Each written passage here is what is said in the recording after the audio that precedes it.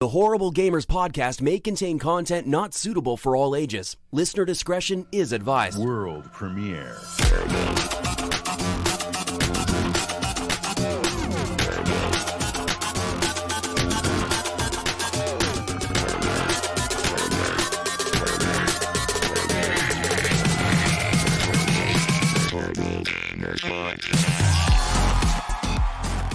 Welcome to another episode of the Horrible Gamers podcast, episode number 316, recorded on August 2nd, 2020.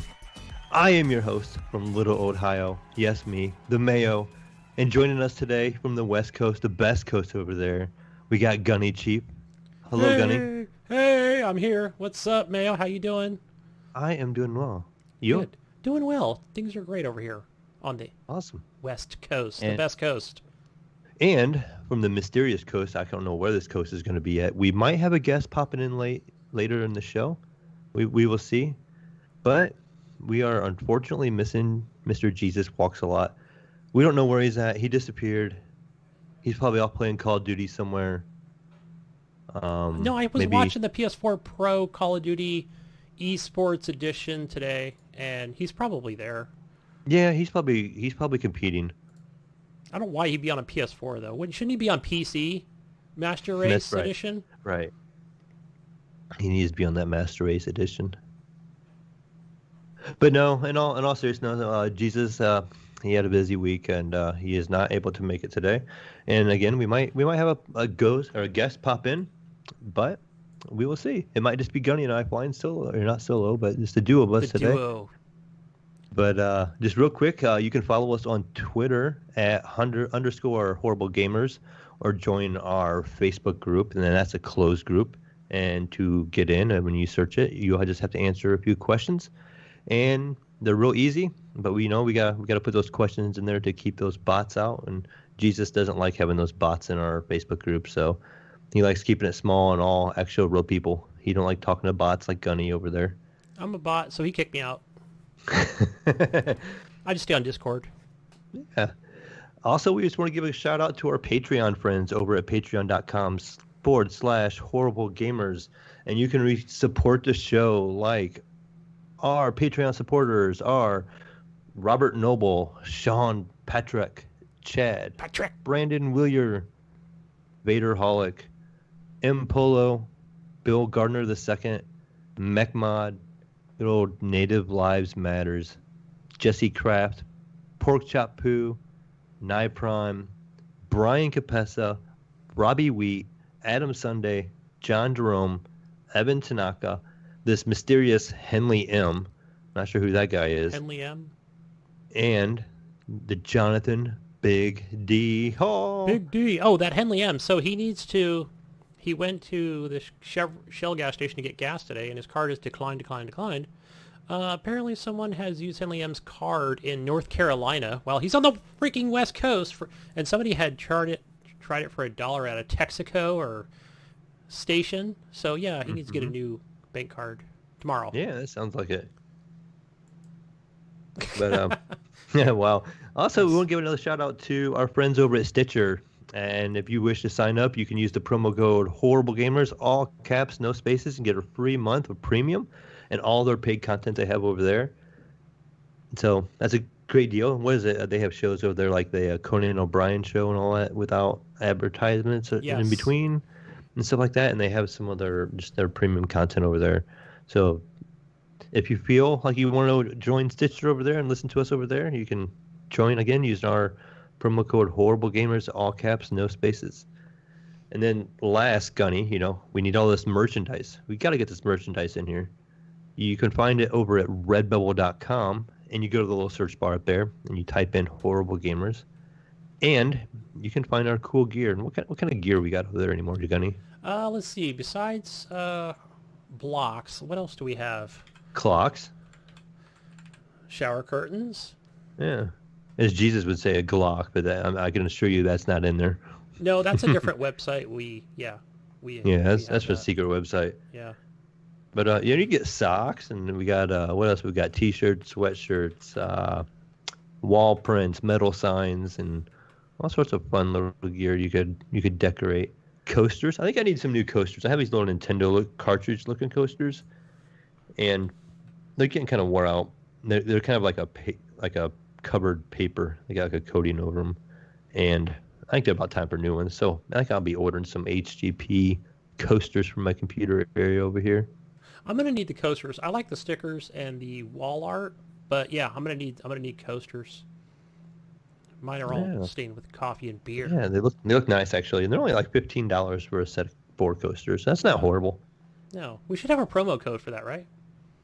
I don't have a promo code, but you usually can get your promo codes if you sign up for their email with your email. You can actually, they will email you codes all the time, and they will email you a code for a lot of times for like buy. It's like 40% off or something like that. Yeah, I've seen those come through. 50% off. So that gets me coming over to Redbubble. Quite a bit. They pop up in all my search bars all the time. I go to Redbubble often and kind of look and see if there's anything new over there we're looking at, and they pop up in my Facebook search, like as an ad all the time. They know where I go look. But lastly, want to thank Fowler and Twistix for the intro song "Breakout," and Ricky Alvarez for our electric kung fu outro. Not kung flu, it's kung fu. Yes, electro kung fu. Thank you, Ricky. Good stuff. Yes, thank you very much. Makes me want to get out of the truck and boogie. Yeah, it's got some good beats to it. But with all that being said, Gunny, let's talk video games.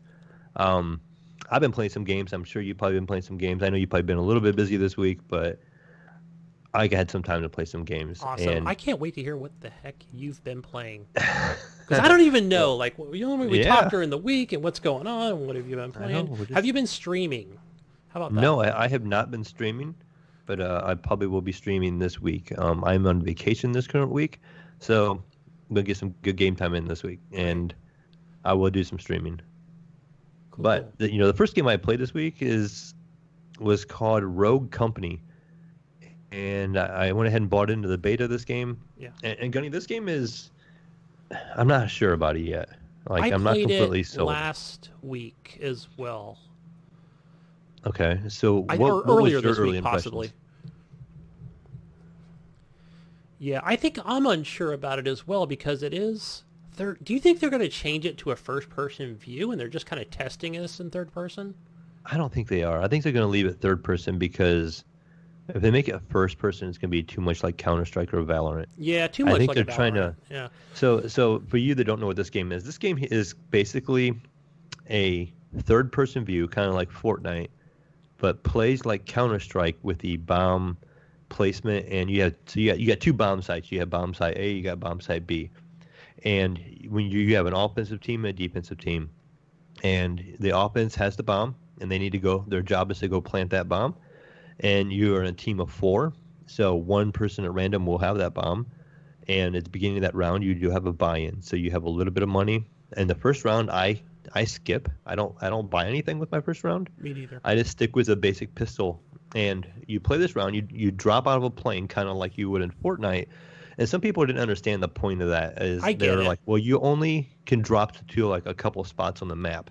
But what the objective, I think, is the game is if you look across the map, you can see an end trail from the other team dropping down. Yep. So you can see where they're dropping at, and so you can look at the map and say, okay, I think this team is going to be on the right side of the map. So let's go to bomb site A, which is on the left side of the map. But you can also do that little mind game thing where you can literally drop and look like you go on the left, but when you land, go to the right. So you can really change it up. I think it's designed to watch each other and kind of see who's going what direction, even though you can change it as soon as you hit the ground. So I got a question for you because I did understand that right away. It's got, what would you call it? Just 3 locations you can drop, right? Middle, left, and right. Yeah, pretty much. It depends on the map. There's a couple of maps I had that were, I think it was like a shipment time thing, and there's like two big like ocean liners side by side, and there's like a little dock, or like a little board connecting the two, and that's it. So you kind of had the left side and you had the right side, and that's all you had. But again, you just got the bomb sites A and B, and your job is to plant that bomb there and try to either live. All of you get there and plant that bomb and protect it. And the defensive side needs to come in and either A, kill all the guys on the offensive side before they plant the bomb, or if the offensive side plants the bomb, they need to defuse the bomb no matter what. You can kill the whole entire offensive team, but that bomb still has to be defused, and that bomb's on a timer. You have to find it in that bomb site area. So it's going to be in either A or B, but you don't know which one it is. And you got to find the bomb and defuse it within the time. Okay, so, I wasn't sure if there was just like a mirrored bomb, like there's one A and one B and just defuse one of them. Nope, you got to find there's only one bomb in the site when that's wherever they drop it. And as the offensive side, you have control of where it's at. Another neat kind of thing, though, is when you're on the offense and you have the bomb, you can actually drop it for another player to pick up. And some of the strategy I've seen, there's all these characters have different abilities, and the one character has this like mobile shield he could drop down, and you basically can't get through. You got to shoot around it. I guess one of the things they're doing is putting a bomb against a corner and putting a mobile shield in front of it. Oh, yes. That way the enemy team can't get in there to defuse it very easily. So even if they kill your squad, they can't get through that mobile shield. They got to try to shoot through it. Sort of like a siege. And then defuse the bomb. Yeah, so like it makes it kind of hard. That is one trick I've kind of seen it being used a little bit. But the other thing about this game is I bought the middle pack, and it was like $30, but I bought it through the Epic Store, and it had a $10 coupon off still from the last sale I'd never used. And they keep it in your inventory. You can use that at any time. So I went ahead and used that $10 coupon, so I paid $20. I got the bonus characters, so there's like maybe 4 or 6 extra characters. I'm not sure how many were actually considered bonus. But each character has their own unique abilities. I'm not sure which character like you use, Gunny, but like I said, the one guy I was talking about, he can put down this big shield.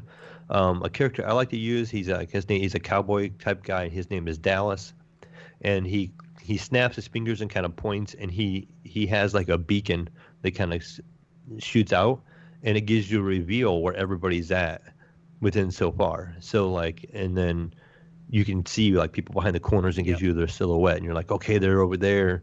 And again, as you're working as a team or you're in a voice with somebody, you can communicate and be like, okay, let's push this guy over here and wipe him out as a team and stuff like that. So it does have good, I guess, basic mechanics, but it's just like Counter-Strike. So there's nothing really different from Counter-Strike in the way that this game plays. It looks like Fortnite. You know, it's a high-res game who also makes, I want to say, Realm Royale. I'm not positive, but I'm thinking they make Realm Royale. Oh, high-res, yeah. They make that in that MOBA game. So their games are very cartoony looking, almost. You know, this game is not realistic looking or nothing like that.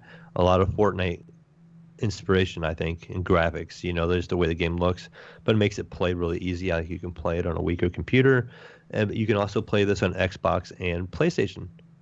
And it's cross-platform, so we can all play together. People in the community in here, you know, when this game comes out, I think it is going to be free to play when it comes out. And you just had to buy into the early beta. So basically, if you paid now, you become a founder, and you get a couple of founder skins, and you get a couple extra characters that people maybe will have to buy when the game comes out. So have that already. I guess the other thing is I compared this game to Valorant is with their abilities. You know, and each character has their own unique abilities, and you just gotta kind of learn how to play them and that kind of stuff. So yeah, and I can't remember all of them. I've seen them, but off the top of my head, that was like in the beginning of the week I started playing this game.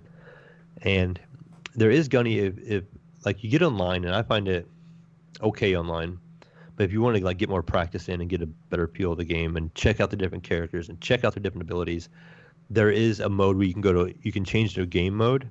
And there is a practice demolition is what they call it. And demolition is the bomb mode. And you can play against bots.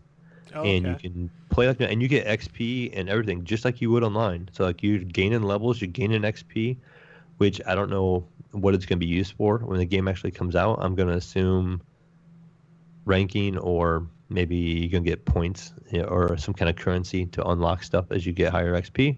I'm not really sure. But there is that mode there, and you can play against bots and try out different characters and see what you like. Is this separate from the tutorial? Yes, okay. It is. I didn't see that in there on Xbox. Yeah, right underneath the launch game, it's going to say play demolition. Underneath it's going to say change mode. I saw that, but I didn't play demolition. I always chose the bomb mode. Yeah, and well, that is the bomb mode. They call it demolition. Got it. Okay. And then there's another mode. I can't remember the name of that one. And that one's like a PvP, where it's 2 teams of 4 shooting it out. Regular deathmatch style, except where you have a team total of so many lives.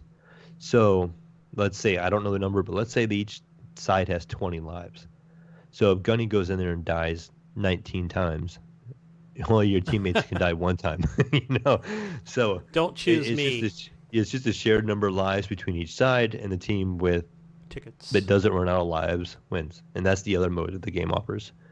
So that kind of gets you used to the gunfighting and the firefighting. But again, this game is third person, so you got to kind of get used to peeking around corners where you can see your character, but you can change your view, which way you're looking over top of your shoulder, so you can change it from the left or the right. So, you can choose. So if you got coverage on your left, you can make it so you're looking over your right shoulder, so you're standing behind the cover, but your gun's sticking out around the edge. So, but overall, I would say it's a fun game. I think I would enjoy it with a group that I know. Yeah. And I do like the fact, the thing that sold me on the game was to go ahead and get it was the cross-platform play. I do like the fact that I can play with people that are playing Xbox and PlayStation, so that is really nice. And I feel like I run into a lot more PlayStation and Xbox players than I do on PC players right now, and I can just tell by their movement and the way their firing patterns, because there's a lot more striping involved and stuff like that. Yeah, but I did find that because you had sent me a message that, your son was playing, and then I said, hey, you're playing on Mayo's account, so do you want to go ahead and, do you have me on there? Do you have Gunny Chief on there? Oh, I'm playing on, I think he said he was playing on PC. I'm like, oh, I'm playing on Xbox. He goes, nope, I added you on. I was like, oh, cool, I love this whole crossplay thing. But yeah, I think I ended up list. not joining because I think for whatever reason, I ended up playing later and he was already off, but yeah, I think I played about 8-10 rounds. But yeah, so it's a fun game. I ended up buying it for him for his account. So I have it, my son has it, and my oldest son bought it. So like the 3 of us can play already together, and we could have you, and the 4 of us could do a group or a squad, I guess you want to call it, and we could go there and just play rounds, together. We can jump in Discord on our voice and just have a good old time for a while. Yeah, and I think the way I got a code was I got an email from, it was like Xbox/Hi-Res, maybe something I had signed up for. Mm-hmm. I think Hi-Res was given out at one time. I can't think of that MOBA, the name of that game that they have. It's real popular. It's not Realm Royale, but it's a different game. And so they were giving out a lot of like different currency and gems and stuff. So that's how I had signed up for that. So I thought, oh, cool. So they had sent it saying, hey, this is a code for a friend. And I was like, well, I never got a code to begin with, so I'm going to obviously use that code. I was hoping they'd sent me a second one, but I think there was like $20 or $30 value. Yeah, that's probably the one that I got.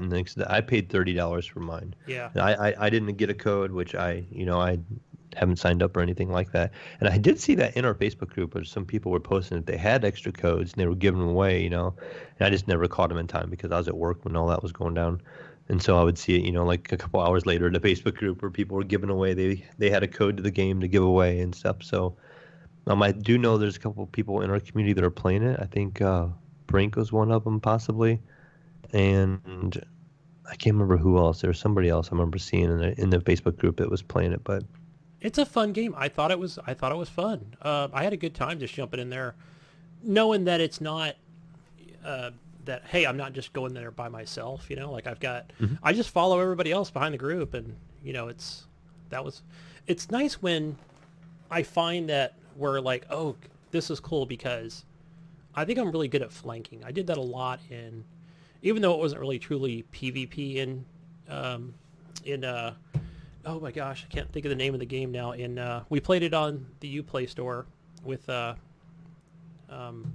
shooter Apex? game. Or no, Uplay. Division? Division, thank you, Division 2. So, of course you were just fighting AI, and unless you were in the dark zone. But I thought, oh, I truly got the advantage here because they're totally focused on one of my teammates. I can flank. I don't know where their other teammates are, right? So that's the other thing. It is like where you got to keep track of, unless players. you run into one of those characters that have the scan dart or the scan ability. Because I know there's like a sniper rifle girl, and she specializes in sniper rifles, and you can upgrade to a gadget, they call it, and her gadget is she'll throw out like a thing that sticks to a wall, and it reveals everybody in that area.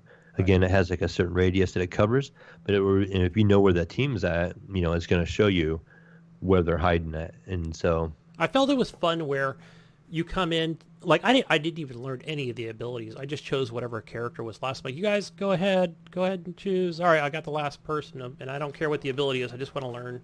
I'm just going to follow you guys and start shooting fools. So, I'm jumping in, and of course we all go to one area. We all go to B. Let's go to. They'll ping that area. Fine, let's all just rush in there, and pretty obvious when you get there, the bomb is in A, right? So you all got to go run over to A, and right. Yeah, and then we all go, and then it just goes haywire from there. So it could last anywhere from 30 seconds to 2 minutes a match, and they're pretty fast. Like I felt that was exciting. Right. And then it is the best out of 7, so you can play up to a maximum of 14 rounds, I guess, maybe 15 with overtime if you guys both get the 7. No, because it only goes to 6, and then your 7th is to win. Right. So I played all maybe 7. the maximum you do is 12 rounds, and that's once you play, I want to say the first 6 rounds, the game goes to what they call halftime, and you switch sides. Yep. So you get those couple rounds in, you flip sides. Now the offense is the defense, and the defense is the offense. And between each round before, you had money, and you would get money for how well you played by killing people. Getting money for death. So you get money for the winning side for that round prior, and that it develops more money in your bank account.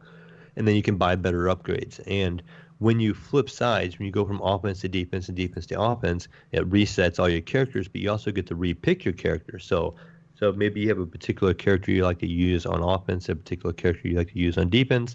It gives you the opportunity to re-choose, but your store is set back to 0. So you're back to beginning pistols again, and the next round is when you can buy your primary weapon and stuff like that. So the game does flip when you're on offense and defense, but it does flip your money and your bank and your gadgets and stuff that you have. So there's no point in banking it later on in the game. Like once you played like 5 rounds and you're on offense and you're doing really good and you have all this money, just spend it all, because like the next round you're gonna go switch to defense and you're gonna lose all that money and start new fresh again. It all resets for sure. Yeah, so you might as well max out your abilities for that round.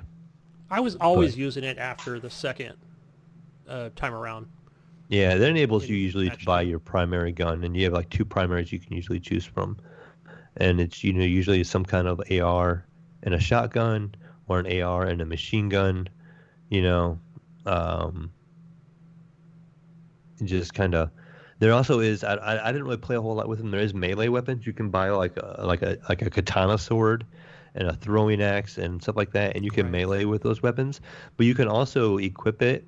And you can throw it, and it's like an instant kill headshot if you can headshot somebody with it. Yeah, with the axe. Yeah, I've seen that. Even the katana, yeah. And it's kind of tricky, but yeah, you just hold down the button. It gives you a reticle, like where it's going to kind of go, and then when you release, your character throws it. The one character has like daggers she can throw, and when they stick in the wall, they will detonate when somebody gets in that proximity. So it's like almost like a proximity mine. So you throw the dagger, it sticks in the wall. It doesn't immediately blow up. It starts beeping real quick, and then it blows up, so that player has a second to get away from it, but sometimes they don't, so that's kind of neat that character has that ability.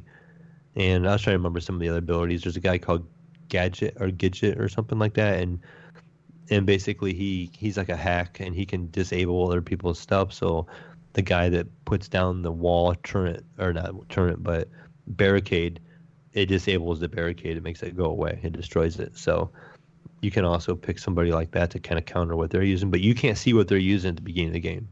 So the other squad, you don't get to sit there and what is it like? What game is that? Overwatch.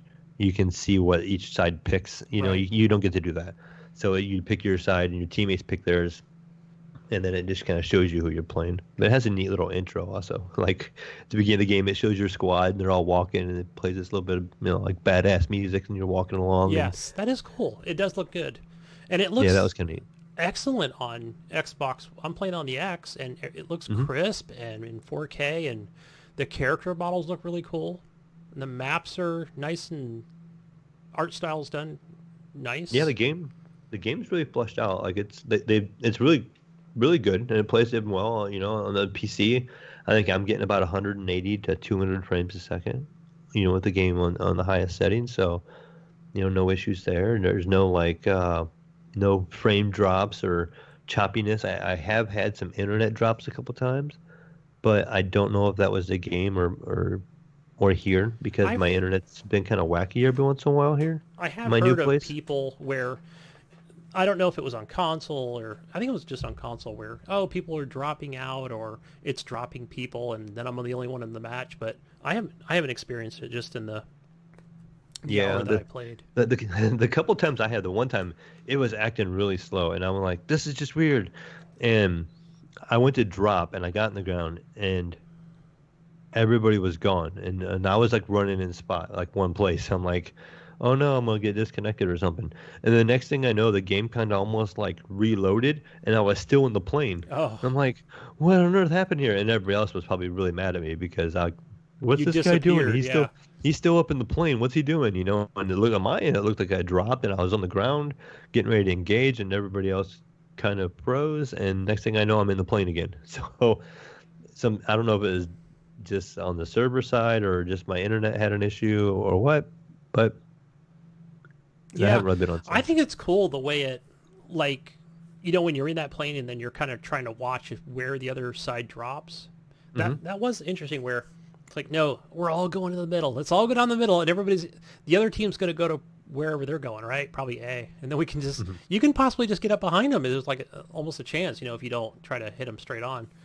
Right. Totally hit them by surprise.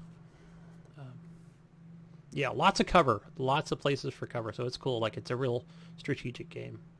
Yeah, but we'll see. We'll see if this game has legs or not. You know, I feel like it's becoming kind of a saturated market now with Counter-Strike and Valorant, and now this kind of joining in. But if this game is free and it's easy to pick up and learn, you know, like, so multiple age groups be able to pick this game up and play it too. So I think that kind of makes it easier to access than, like, say, Counter-Strike, you know, with the skill level. And Counter-Strike is probably a little different than the skill level players in this game. I think it's fine if they keep it like, for example, Rainbow Six Siege has a just regular play mode and a ranked mode, right? Mm-hmm. Some people complain about why is there such a thing? It shouldn't be that. I'm like, no, that's fine. I don't want everybody just mix mashed in the same circle of games, you know? Mm-hmm. Hey, either play normal or ranked, you know? Or baby mode. Add a baby mode for me, sure. But then all the ranked people will be jumping in there. That's the practice mode, Gunny. Yes. Oh, shh. Yeah, so I'm finding, like, I'm not the greatest at shooters, and, you know, I never really played a whole lot of online shooters until within the last couple of years. So sometimes I feel like I'm still, like, an online shooter noob at times, you know. Sometimes I'm just, like, struggling, and other times I feel like I'm really good at them, you know. And so it's kind of weird. But when I play the computer, you know, I get 14, 15, 16 kills, feel great. Then I go online, and then I just get murdered, you know. And I'm like, I don't like this game. I'm playing something different. Or I'm going back to the bots where I feel better about myself. Right. But yeah, that's that game, you know, a Rogue Company, and it should be probably coming out sometime soon, as good as it feels, and it feels pretty ready to play. So I'm assuming that game's going to come out really soon for everybody, free to play, and then we'll see how well it does from there. I'm not sure how much is even being streamed. I haven't looked at Twitter in a little while, but good game. I'm enjoying the little bit that I've played. You know, I probably have. I think I'm level like 25 or something in it, so got some time into it. Another game, Gunny, I played, and this one I just fired up just for a little bit today, and I haven't gotten a chance to put a whole lot of time into it, is Grounded. So I had to download it, and I was excited for this game. And I thought the style in the game was going to be neat. I am not a fan of crafting survival games, and so I was like, you know what? I'm just going to try it for the podcast because the art style looks neat. The concept of being small in a backyard with giant leaves of grass is like your trees, basically, and just different things. So it was like, it's kind of interesting to me. And I don't know if it was because when I was younger, you know, watching Honey, I Shrunk the Kids kind of stuff or what.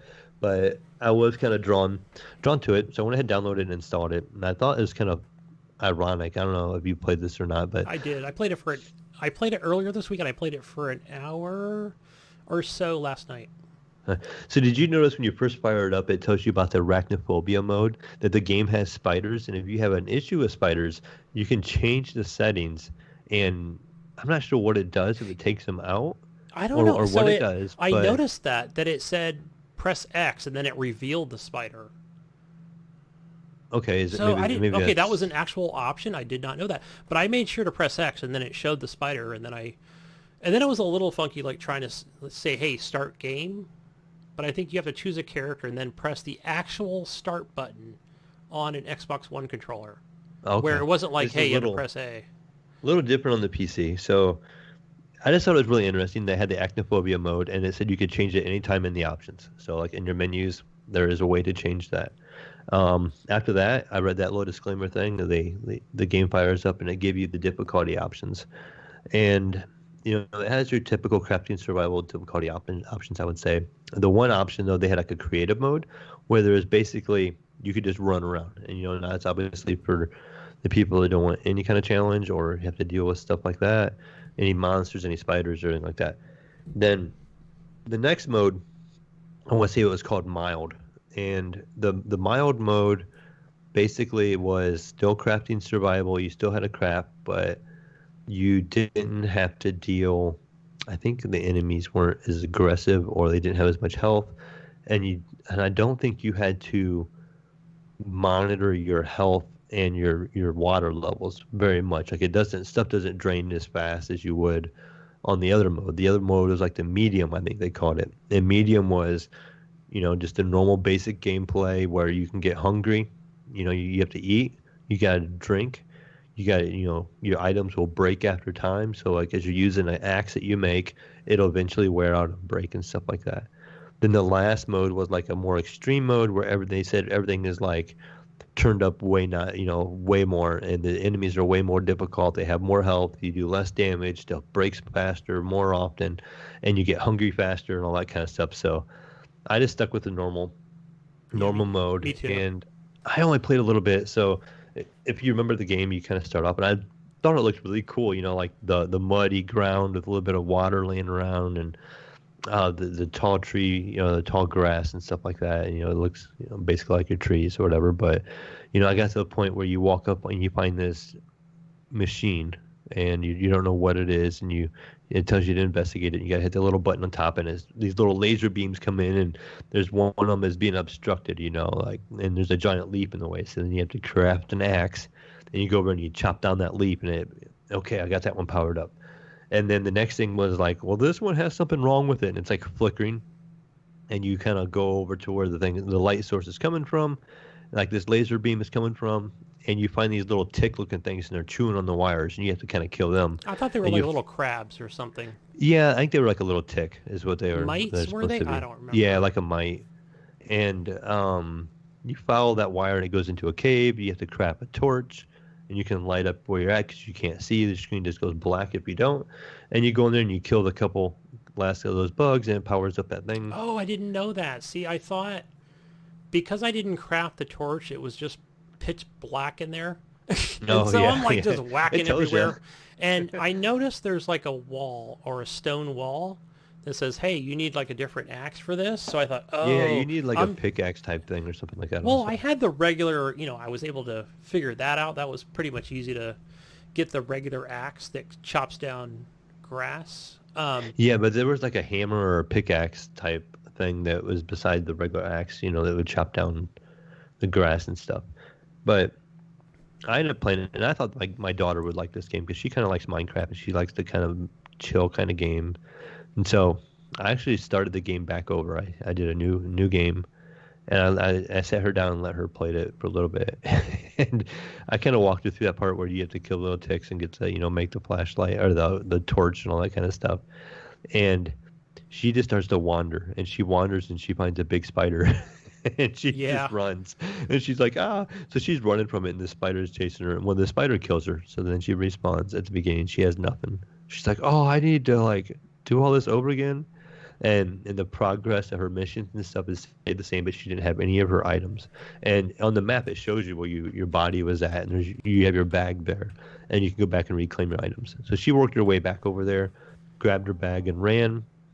And she was basically like, yeah, I got my stuff, and I just gonna go figure this out. But she's like, I do not like having to deal with the spiders. She's like, I hate spiders. They're like one of the worst things in the world. Definitely don't want to be dealing with those anymore. So she's like, I'm gonna keep playing until I get a spider.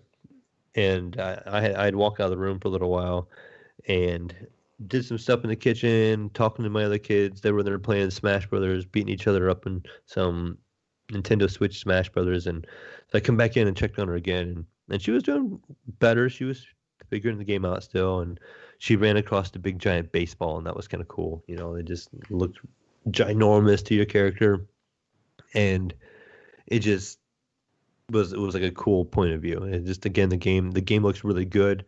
It has ray tracing on, so it has the beams of the sunlight coming through the grass and all that. Looks really, really cool. The reflections of the water looks really good, and it just really looks like a good looking game on PC running with the ultra settings turned on and ray tracing and everything turned on. It looked really good, and it plays well. I don't know what the frame rate is because it's an Xbox Game Pass game. It doesn't let me have a frame rate counter up, and it doesn't have one built in. So I'm not sure what the frame rate was, but I know it was running smooth. So it's pretty good. I enjoyed it. I definitely will get some more time into it this week. I also want to try to check out the multiplayer. Yeah, so that's the thing for me where I only had time, maybe an hour last night to, play something different other than my normal set of games. And yeah, so I can't wait. One thing I was like, man, I can't wait to play this actual multiplayer. Somebody's going to actually show me a lot of things that I'm over here just trying to figure out, or I don't have to go do a YouTube video. I want to get some people in there that know what they're doing, show me what to do next. But yeah, and that was the next thing I was trying to do, was just craft a torch. But I never thought about going back to that hole of where I need to kill the rest of those mites to get that power back to the laser. I just thought it was like something further down. Even though it was like an early objective, it was cool that I was able to just unfollow that objective. And then I thought, let me come back to the normal spot of where that machine is, and that machine that analyzes items, and just kind of start from scratch. And I did pick it out too, when you find that machine that analyzes items. When my daughter was playing, she kept needing something to tie it was like rope. It was like, I can't remember what they called it, like plant fiber or something like that. It basically it's like rope, Yeah. And she needed to craft it, but she didn't have it in her crafting menus.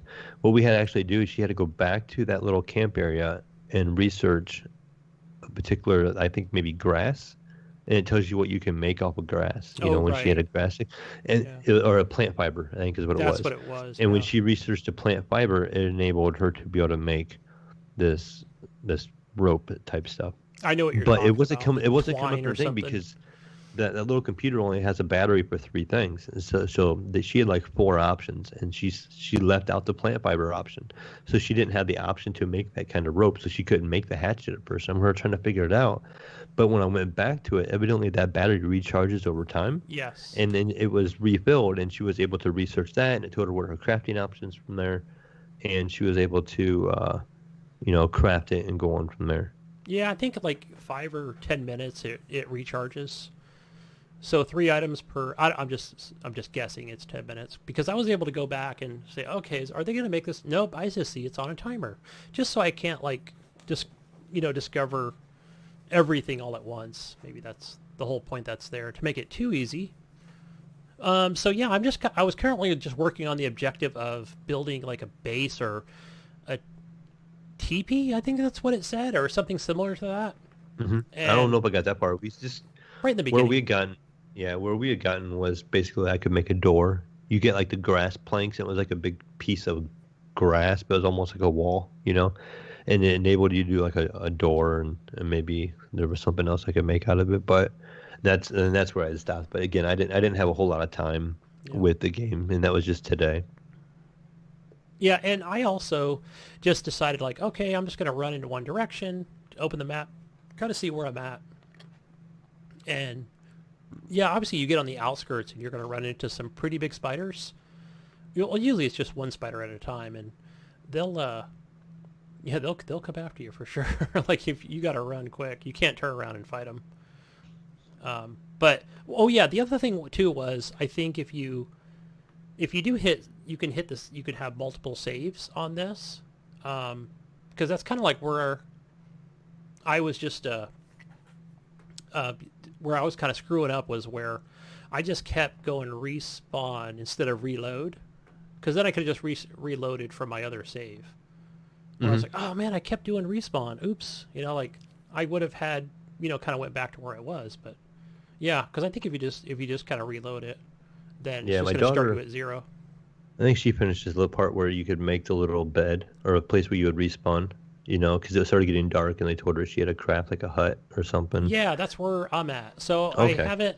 I thought about like, let me go to YouTube real quick, see how to make a hut. Like I had all the materials or the know-how. All we had to do on the PC was she had the materials, and it said she pulled up the menu, and it was under structures maybe. I think there was like a tab. And it had the hut, and she just clicked on it, and all you had to do is just hit the space bar, and it instantly crafts it. Oh, okay. She had it available, and then she crafted it, and she went to go to sleep, but it told her she couldn't sleep until a certain time. The game had to get so dark, so she had to wait, and then when she could sleep, it would skip the nighttime. Like a Minecraft would. Yeah, and you would wake up in the morning, so. I see. Oh, that's good, because I was running around in the dark, and then I'm like, should I just change the contrast and lighting on my TV, because I am just like running into everything. And then it is funny, like where there are certain areas in the game besides just the outskirts of it, but where it'll say enemy alert or something. Basically you'll get that, you'll see it on your screen, and then you'll hear an enemy approaching you, and then it's just time to run in any direction you possibly can to get away from it. That's what happened to my daughter with the spider, and it chased her down though. So it was faster than her. Yeah. I think it was called an orb spider, and yeah, it killed her. But other than that, I think it's cool. It's I want next time I want to play this in multiplayer. Yeah, definitely. Yep. Go for there. The last game this week, Gunny. Well, I guess I did play. I'll throw on there real quick. I did play a little bit of Apex the last couple of days. Last night I did jump on and play with Cadillacs and Stickersney, and we played for probably about 2 or 3 hours. And just had a good time. Just killing people, dying, relaunching the game, getting in there, and just rinse and repeat. Just enjoying some Apex action. The three of us haven't played together in a little while, so that was kind of nice, and it's nice to relax in that aspect. But the last game, Gunny, I played, I think you mentioned this in the show last week when I wasn't here. After I got my house back from Eric, I had to kick him out again. Told him he had to go back to Michigan. Go back. He wore his welcome out real quick. Dirty state up there that nobody ever from Ohio wants to go to. Back up to 8 Mile. You know what? I was watching a video. I was watching this video, looking at the new Ford Bronco, because that's apparently where Ford is made. They're in Michigan. Apparently for a long time now. And it's just like dirt and mud. They're just showing this video of the new Bronco in dirt and mud. Is that all this Michigan is? I don't know. I'd rather just live in Ohio. It's probably worse in Ohio. But no, so yeah, I don't. I know how much you talked about it. I remember I listened to the show, but I don't remember how much you talked about it now. I played some Carry On. Oh yes, and that's it. This new game on Game Pass. It is also on Steam where you can buy it, and a couple other places. But you can get it on Game Pass for free. So definitely wanted to check. Oh, it's on the Switch also. So I went ahead and downloaded it in the Game Pass. Actually, Eric downloaded it for me during the episode last week. And so he's as clicking he was on sitting things. at my computer, and yes, guys, he was actually at my place. He come down here and picked up a computer and took it back, and he's working on getting on the PC side of things, playing a couple of PC games. Why so many launchers, man? Yeah, he. If you want to hear his thoughts on it, GF&G is getting ready to have a new episode come out here soon. So just kind of plug them real quick. That he talks about his computer experience, his Ohio experience here. Well, I think last week on GF&G is when he he started to talk about it, and then I had whatever arrived at my location, so I didn't get to finish it. But yeah, Yeah, it was the night prior. He was getting ready to come to my house the next day. So yeah, this week I actually was on there as a guest, and we kind of talked about a little bit our trip to Ohio and some of the things he did. I took him to this little toy store that had like these 80s retro toys, basically 70s, 80s, and 90s toys from my childhood and a little bit of his childhood, nice. and probably more like you, Gunny, where all the GI Joes and the Transformers and the Yeah. GoBots and all that kind of stuff. So you can buy all of them Transformers. there, and everything is there for sale. It's a very small building, but it's just jam packed with toys. I mean, just jam packed. So I took him there. He wanted to check that out, and we went out to eat and stuff. We ate this place that was on Man versus Food, famous for their hamburgers, like Oh, a big yeah. hamburger. So they have a hamburger in there that has like 24-ounce of patty. Did he say So- Culver's is better? No, he didn't say Cobras is better, but he mentioned about getting it. They call it the Therminator. The restaurant's called Thurman's, and he's like, "I'm gonna get this Terminator." He goes, "Holy cow, it's $25." I'm Damn. like, "Dude, if you want it, get it. I don't care." 'Cause I treated him and stuff, but I'm like, "Get it. I want to see you eat this thing." You know? and he didn't. He chickened out, and I wasn't gonna eat it, but he got a regular burger, and that thing was already just massive, and it filled both of us up. And then from there, we just kind of come back toward my place, and we went by the Ohio State Stadium, and I showed him that kind of stuff, the OSU campus and stuff. Ohio But- rules. Yeah, but back to Carry On. I didn't remember if you talked about it or not, or I thought you had. I talked about it a And- little bit last week, but I haven't, just dealing with family stuff, I haven't played it this week. So I downloaded it, I've been playing it on PC, and then I'm like, hey, I should turn on my Xbox this week. But yeah, I've just gotten it downloaded on there, so I haven't played it with on the big TV yet.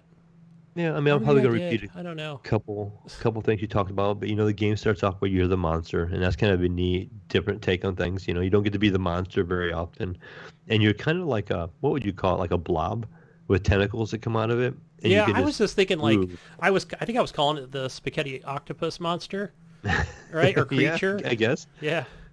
And the movement in this game is probably what sells it. You just move so fluid and so easily. It's like you're liquid. You just traverse the map so easily. It's kind of fun. And then I was playing with the controller, so you would use your right analog stick and you control like a tentacle that would reach out and you can grab like a human, and when you would pull the human back into you, and it was always funny, the sounds and the animations that you had, because you had little teeth that come out of your monster, and when you bite them, you hear the scream and the crunching, and Yeah. like they kind of ripped in half, and you would eat the people, and you grow in size. And I don't know how far you got into this game, Gunny, but you find new abilities as you go. And I think there's going to be a total of 4 abilities you gain, and I think I have all 4 now. But what the game does is kind of neat is when you get big, you have different abilities from when you have small. So when you're smaller, you have this one ability where you can shoot like a little web, almost like a little thing, and you can interact with like there's a switch on the other side of a wall you can't Right. get into, but when you're small, you can shoot a little thing out, like almost like a tentacle out, and you can grab it and pull it and activate that switch. When you're big, you don't have that ability. When you're big, you have this ability to bust through doors, like wooden doors and crates. So it depends if you're big or small, what abilities you have. No, I So think that was I kind of thought- neat.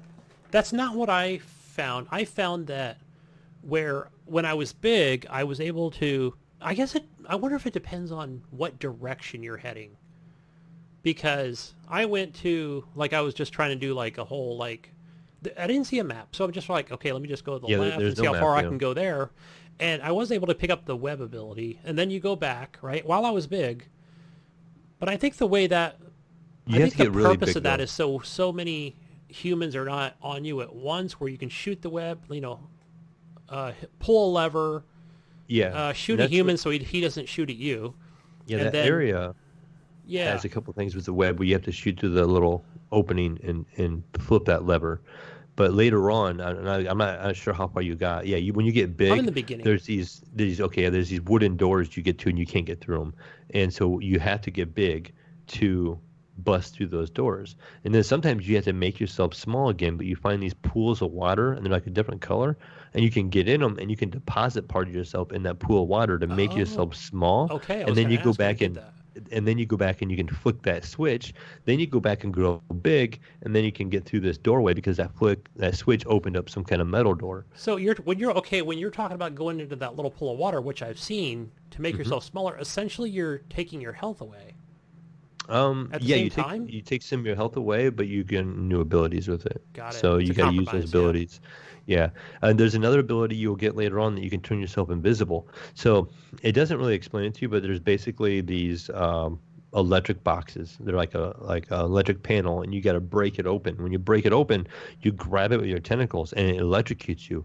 But it charges your ability you get, and you get this ability to turn invisible. And so basically it's when you use it, you have a bar, and it depletes that bar, and when that bar is 0, you become visible again.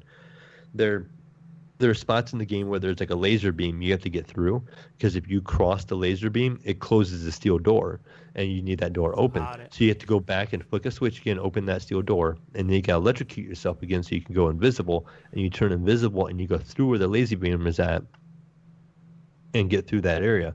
That's another ability I think that you have to have when you're big. So you kind of have to be strategic, like when you're big, when you're small at times, and that's kind of the meat and potatoes of this game. I think it's how to get through the level and how to get from point A to B. You have to go this way, but what do you have to unlock, and how do you get there? And how is the game kind of leading you that way? The other thing it was kind of confusing to me. You remember there was an option where you can hit. I think since you're playing the Xbox controller, that's what I did. If you hit left trigger, it makes a roar, and it makes this little like vibrations of audio coming from different places. And basically what that tells you is kind of where you kind of want to go. And there'd be like one's kind of red, and the other one would be kind of like a black and white or something like that. But like I think the red one is the one kind of the direction you need to go, and you deposit yourself in the walls. And it's kind of like a respawn point, basically. I think it's a save, isn't it? More. Yeah. You save, and if you die, you respawn right there. But you also, if you're really weak, say you get really small, you can run back to that spot, and you can respawn to full size. Correct. And go back in. And then later on, when you find, there'll be like 3 or 4 of those in a section. When you find all of those, it opens up the main one. And then you go to the main one. It's like a bigger circle. You deposit yourself in there. You like crawl in it. And then it warps you to the next area. So you kind of leave one area, and you work yourself into a new area. And again, this new area is going to have a new ability you're probably going to learn, and a new mechanic. And you're going to try to figure out that mechanic and how you're going to use that ability in that area. And you keep progressing that way. Yeah, I've made it to that second area. That's where I stopped. I enjoy the game. It's a lot of fun. I was going to try to have it beat by the time we recorded this week, but I got sidetracked with Grounded. And the game, I looked it up on Time to Beat, and the game is only 4 hours long. 5 hours if you try to unlock everything. So maybe if you're a novice or don't know what exactly you're doing right away, it's going to take you 5 hours to beat it. I probably have about 4.5 hours in it, and I'm pretty sure I think I'm on the last level. It's called like something scientist headquarters, kind of thing. And there's like these lab guys there, and then there's these mechs. It's like a two-legged mech that patrols an area. When that thing sees you, it shoots missiles and machine guns at you, and they're a real pain. And you gotta like grab them with your tentacles, and you can kind of shake them around and stuff like that, and you gotta break them apart, and they have a lot more health. They're a lot harder to kill. So I think I'm on the last level, pretty close, and by next week I should have that game finished up.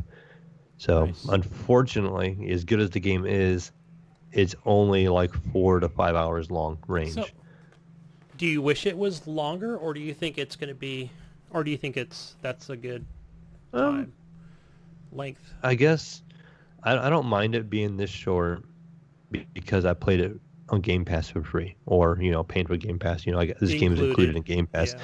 Now, like on the Switch, it's not included, or on Steam, it's not included, and the game is $20. So that's probably my complaint for 4 or 5 hours of gameplay for $20 is a little steep. Mm-hmm. So and it is kind of more a puzzle mechanic, trying to figure out. It's a Metroidvania. So, when you get that ability, you're gonna get access to this new part of the game, and then you figure out how to use that ability. Like I was saying, okay, now I'm in this new area, and you get this new ability, and you have to figure out how to utilize it to get through the next area. And that's the concept of the game. Okay. So But it is satisfying, killing the humans and eating them, and the crunching and stuff is kind of fun. And just I would say the star of the game though is just the movement on how fluid you move and how quickly you can move through things. It's pretty cool. Yeah, that is cool because I know one of the things I'd come in and the first thing I would try to do was like take an object and throw that at an enemy. Like, oh, I missed, so now I need to grab the enemy, right? And I'd probably just shake him once with that right analog stick and throw him. But Yeah. then it was like, okay, since some of the human enemies are standing still, it's hard to, for me, it was like, okay, I didn't see him on the screen. He was like, they're like stick figures to me so they're like shooting up at me, and they do a lot of damage, just Yeah. shooting pistols. I'm like, holy crap. I'm like, where's that coming from? Fast. Have you run across the guys that have the little electronic shield in front of them looking thing? Not yet. Those guys are tough. So those guys, you just got to rush, and you have to get them from behind. So you can't attack through that shield in the front. They have like this electronic shield barrier thing in front, and they hurt you really bad. And that's what I die by the most common. The best thing you can do is shoot the web at them. When you get that web ability, yeah, try to get an angle on them where they can't shoot you yet, and hit them with that web thing, and it knocks them down so they can't use that shield thing. And then you swoop in there real fast and you eat them while you can. Right, get that health going. I feel like everybody's taken a lot of things from Dead Cells. Do you see that as well with like some of the games we've seen in recent, or is this from a different game, do you think? I don't know if they're taking it from Dead Cells. I mean, it's a pretty tried and true gaming style. That's the kind of game we had back in the Nintendo days. That's what it reminds me of. Something I would have played back in the Nintendo era. So I don't know. It's just a well flushed out, nice and smooth. Plays really well. Dead Cells is the same way. I could totally have seen myself playing Dead Cells back in the Nintendo era. Yeah. If that would was able to be made back then. I mean, it could have been made graphically. It just somebody didn't think about it. But I could see that game being played on Nintendo. Right. I'm just thinking original of Nintendo. Maybe some of those RPG elements, that Dead Cells has, and how where I've seen that in West of the Dead, and how I'm seeing it in Carry On. But I don't know, maybe I've just never noticed it before because I'm playing more of those games. Yeah, I mean, and that roguelike experience, I think, is growing in popularity because probably of Dead Cells, because that was probably the most popular one right now. I would say, especially within the last year. Probably 5 years or a couple of years. So, but you like this game, Carry On. You could almost take it as from it's a Metroidvania, which you could take it as like a Castlevania kind of game or a Metroid kind of game. Yeah. Metroid. That's exactly what Metroid was. Is you explored the map, you got new abilities, and then you had a backtrack, and you could get into this new section of the game because you had this new ability. You had that ability where you could turn into a little ball and you could roll around, and you go through a narrow corridor, and they put you in a different part of the map and stuff like that. So the old Nintendo games had some of that. Nice. But that is it for me, Gunny. Again, kind of a busy week for me, but this week is going to be a little more games for me, a vacation week. So I'm kind of looking forward to playing some Horizon Zero Dawn on the PC this week. It comes out on the 7th of August here. So Sweet. Looking forward to that. That's going to be the back half of the week, so I won't get a whole bunch of time with it, but I will get some time with it before our next episode. Great. What about you, Gunny? I mean, yeah, it's been such a crazy week for me. I'll just say that it's been like things have been like stressful. So I've been like, what my go-to game is when I'm stressed out? City Skylines. So yeah. I just played the hell out of that game on earlier this week for like 3 days straight. That's all I played. Just like, this is what I'm going to do. I'm going to add train stations and put roads over here and watch the traffic. I like watching this guy called Biffa Plays on YouTube. Mm-hmm. And I love watching his videos of how he's trying to fix traffic and watch gridlock. I know it's crazy coming from someone who's a truck driver, right? But in this game, I'm in control of where people can go, what people can do, right? Where they go shopping, So it's almost like I'm just looking down upon a city saying, you must use this road, and Yeah, that's what I like. I've downloaded some modded maps, custom maps. Currently, I'm playing on Fresno, so Fresno, California. Uh-huh. I've there's too many roads here, so I've deleted them, making people use subways or, now you guys are going to use trains to get to work. How about that? You're not going to use like all your cars. So yeah, so I did that, and then yeah, just played some little bit of Grounded from what I talked about there, and some Carry On. Oh, and also a couple rounds. I did get a couple rounds of Call of Duty Plunder mode. I really like that mode on the PC. Yeah, And I know I've sent you. Is that the mode with the money? Yes. And Yeah, I where know you I've collect sent the you money, some yes. screenshots going, hey, look, I'm actually getting a little better at this game. You Yeah. know? Like, look at all the money I collected and was able to deposit. So, Yeah.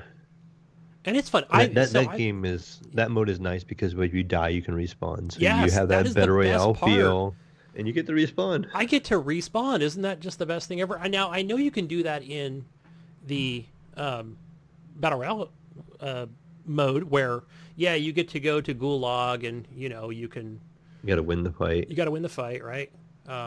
Or, I don't know. I guess only one person has to win the fight, but then you come back. I don't know. It's weird. No, but yeah, you got to win the fight, and then you could actually bring other people back if they had the money. If they There'd be do. like little stations. Otherwise, they can buy a respawn, Yes. which is cool. I think it's great. You know what? I thought, hey, I'm on board with that too. Maybe I'll be checking more of that out. But it's just been like just random times. I get home and sometimes that's the first thing I'll play, is I'll just jump right into a plunder mode. And I myself actually uninstalled Call of Duty because the size of the game. I kept seeing these updates, and on my PC it's over 200 gig now. okay, And I'm so like, holy smokes, I'm tired of adding these updates. And I literally was looking at my Origin account, and I installed Battlefield 5, Battlefront 2, and Apex, and I still took up less hard drive space than Call of Duty did by itself. crazy. And I'm like, I'm so tired of having like all this space taken up. Where I can install 3 other games that look just as good. Battlefield 5 looks still great. I got fired it up the other day, and that game still looks really great. And I turned on ray tracing, and I turned on all the effects, and it looks amazing. And it's the same thing with Battlefront. The Star Wars game, that shooter. I was Yeah. having a lot of fun playing through that, and that game looks great. When Eric was over here, that's one of the games I showed him. I'm like, look at this game. It looks like an Ultra, on the PC, and how good and how smooth everything is and stuff. And he was playing around with that a little bit, enjoying that. And I also installed a couple other big games, and I was just kind of like, Call of Duty's fun, but I don't really like having that 200 gig taken up from one But- game. So I mentioned this last week, and I forgot your response, but I've heard other people talking about, and I might have even watched somebody doing it on a YouTube video, where they uninstalled Call of Duty, and then the only thing was they just added, the Battle Royale mode. Yeah, Yeah. So that's all they did. Like, even though they owned the regular game, they just installed that mode. So there is a way to Gotcha. do it, and I don't know how many gigs that is. I'd have to actually look. But yeah, and they do. Yeah, there are frequent updates to it. So maybe, yeah, I'm sure there's a trick to it to where, hey, you might just get Yeah. 40 gigs or something. I just don't understand why that game needs to be so big. Like, it looks good, yes, and there's a lot of DLC type stuff, like stuff at the store where you can buy different characters and different ability, or not Right. abilities, but you can buy the flares for guns, because I have some flares and stuff like that. But I don't understand why that game has to be 200 gig. It doesn't look any better than what Battlefield 5 does, and, in comparison graphically on the PC at least. And that game's only 90 gig. And why does Battlefield be 90 and Call of Duty is 200 plus? Yeah, I'm sure Yeah. they've got a valid excuse of why they And don't even- respect your hard drive space. And even Battlefield also has a Battle Royale mode. So you can't say because Call of Duty has a Battle Royale mode that it's bigger. Battlefield also has that Firestorm mode, I think, still. I haven't played it, but I think it's there, and so I just don't really get it. Yeah, I also feel like that their maps are not as big as, like, I think PUBG's maps are bigger. Yeah, I'm Yeah. sure PUBG's maps are bigger. Maybe Battlefield even has bigger maps even. Battlefield is known for their big maps because the vehicles and all that kind of Right. stuff. And so, you know, Call of Duty has some big maps, but it also has some small maps and stuff, and it has the maps for the two versus two kind of thing and stuff like that.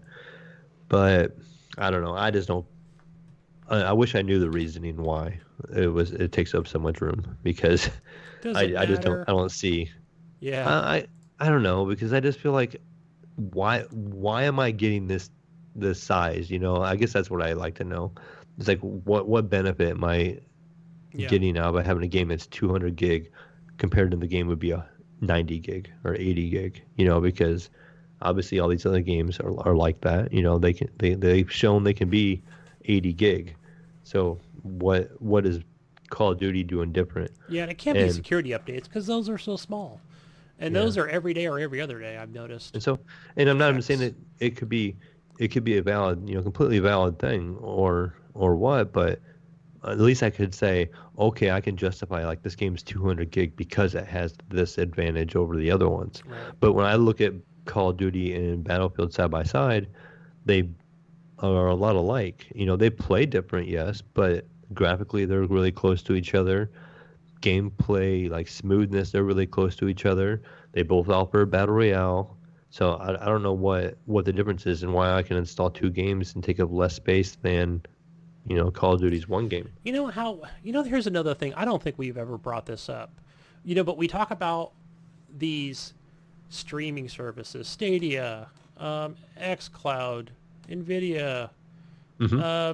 other people want to get into the streaming service, right? Because hey, you don't need this graphical power, and you don't need hard drive space. But being it's just right there on your mobile device or wherever you're playing at, Hmm. which is great. I know that Nightbrown was talking about playing Destiny on PC, and and he's made some changes to where little to It no plays lag, better. and he Yeah. likes it, and that's I know he has hard drive space that I'm pretty sure with his PC. I know maybe it's not working right at the moment, but anyway. So besides that, what about the next technology just being the fact that where these 200 gigs can be the size of 500 megabytes or something. You know what I mean? Just how do we get that smaller?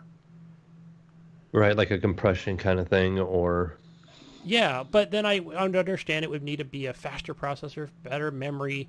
But that's what I'm talking about. Like, when do we get there? To hmm where I can say, hey, guys, check it out. So I got the new Samsung phone or the iPhone, in my case, right? The new iPhone 12, whatever. And it's got, these games on it that, that you had to go out and buy a hard drive for. I don't know. I'm just saying they should be, hopefully we'll get there someday. yeah. Buy all Hopefully, these devices. this isn't a continued trend. These games getting bigger and bigger. You know, I first remember when games got to like 50 gig, we were like, "Holy smokes! Look at this game! It's 50 gigabyte." You know, and then Yeah. a couple other games kind of started creeping up in the 80s and the 90s, and it's almost like a contest. These guys sitting there going, let's see who can make the biggest download game. You know, not most downloads, but like the biggest game. Right. You know, because next thing you know, like I can't remember what it was. I remember we just hit something that was like 100 gig, and we were holy smokes, this game's 100 gig, and it might have been Call of Duty when it first came out. And the next thing you know, it's creeping up and creeping up and creeping up, and now it's, you know, I have this thing that runs a scan of my hard drives, and it tells me how big every single file is, and it was I know I don't remember the exact number, but I know it was over 200 gig for Call of Duty, and I just couldn't justify keeping it on there and taking that much space. And and I wasn't playing it very much right now. So I mean, if I played it every day, then I can justify, okay, I'll leave Call of Duty on there. But I was playing other games. I felt like playing other games at the time, and I had just right now my new build, I don't have as much hard drive space as I did in my old one because I left that with my son. So I only have a terabyte on this one of M.2. And so that 200 gig of Call of Duty takes up a good chunk. Yeah, I So, think, I think players and people listening are perfectly fine with the fact that, oh, I went to Fry's or Target or somewhere or Amazon and I got a 2 gig external hard drive. a 2 So we terabyte, can, yeah. yeah, 2 terabytes. So we can play more games. That was the whole point of this, to play more games, not to just play one freaking game. Like, Right. And so respect my hard drive space, Activision. yeah, and I was just Even making on the that joke PC. before. I'm like, yeah, they're gonna have their own Call of Duty edition hard drives at this point. Yeah. This game will hold Call of Duty. My M.3 Call of Duty edition. Oh, how much did you pay for that thing? 400. Jeez. Right. What? No. Yeah. But craziness, Yeah. And my concern is not really for the PC because it is easy to add hard drives and stuff to my PC. But Gunny, like you go out and buy your PS5 or your new Xbox Series X, and they're gonna have a unique hard drive. Has anybody even said, well, external drives? Are you going to be able to plug external drives into these things? What kind of external drive are you going to have? Because we keep hearing this talk about the PlayStation and their new hard drives and how it loads into textures and all that stuff with like a direct path from that hard drive to the CPU, which is basically like on a computer using a PCI Express lane, which is used by a graphics card and stuff. So if it was a PlayStation's using something like that, when you plug in a hard drive to USB, you don't have that bandwidth, which it can't take and receive as much information as fast as that PCI Express lane. Correct. So will the games load that way? Will the games load in just slower? Or will that interfere with the gameplay of the game itself? Maybe that game is designed not to have any, to be real fluid most of the time and not have to worry about loading times. And then we're sitting here with an external drive and you plug it in because you wanted to put a game on there because you're out of hard drive space because, again, the PlayStation's only like an 800 gig drive. And what if you can only buy a particular kind of hard drive to plug in that's going to work? Either you have to buy that new PlayStation again and then Call of Duty. No, I think I'm pretty sure, because I think we would have heard about it or even read something on the show, but I'm pretty sure you can take your existing hard drives. Am I right on that? I'm pretty sure. I don't know.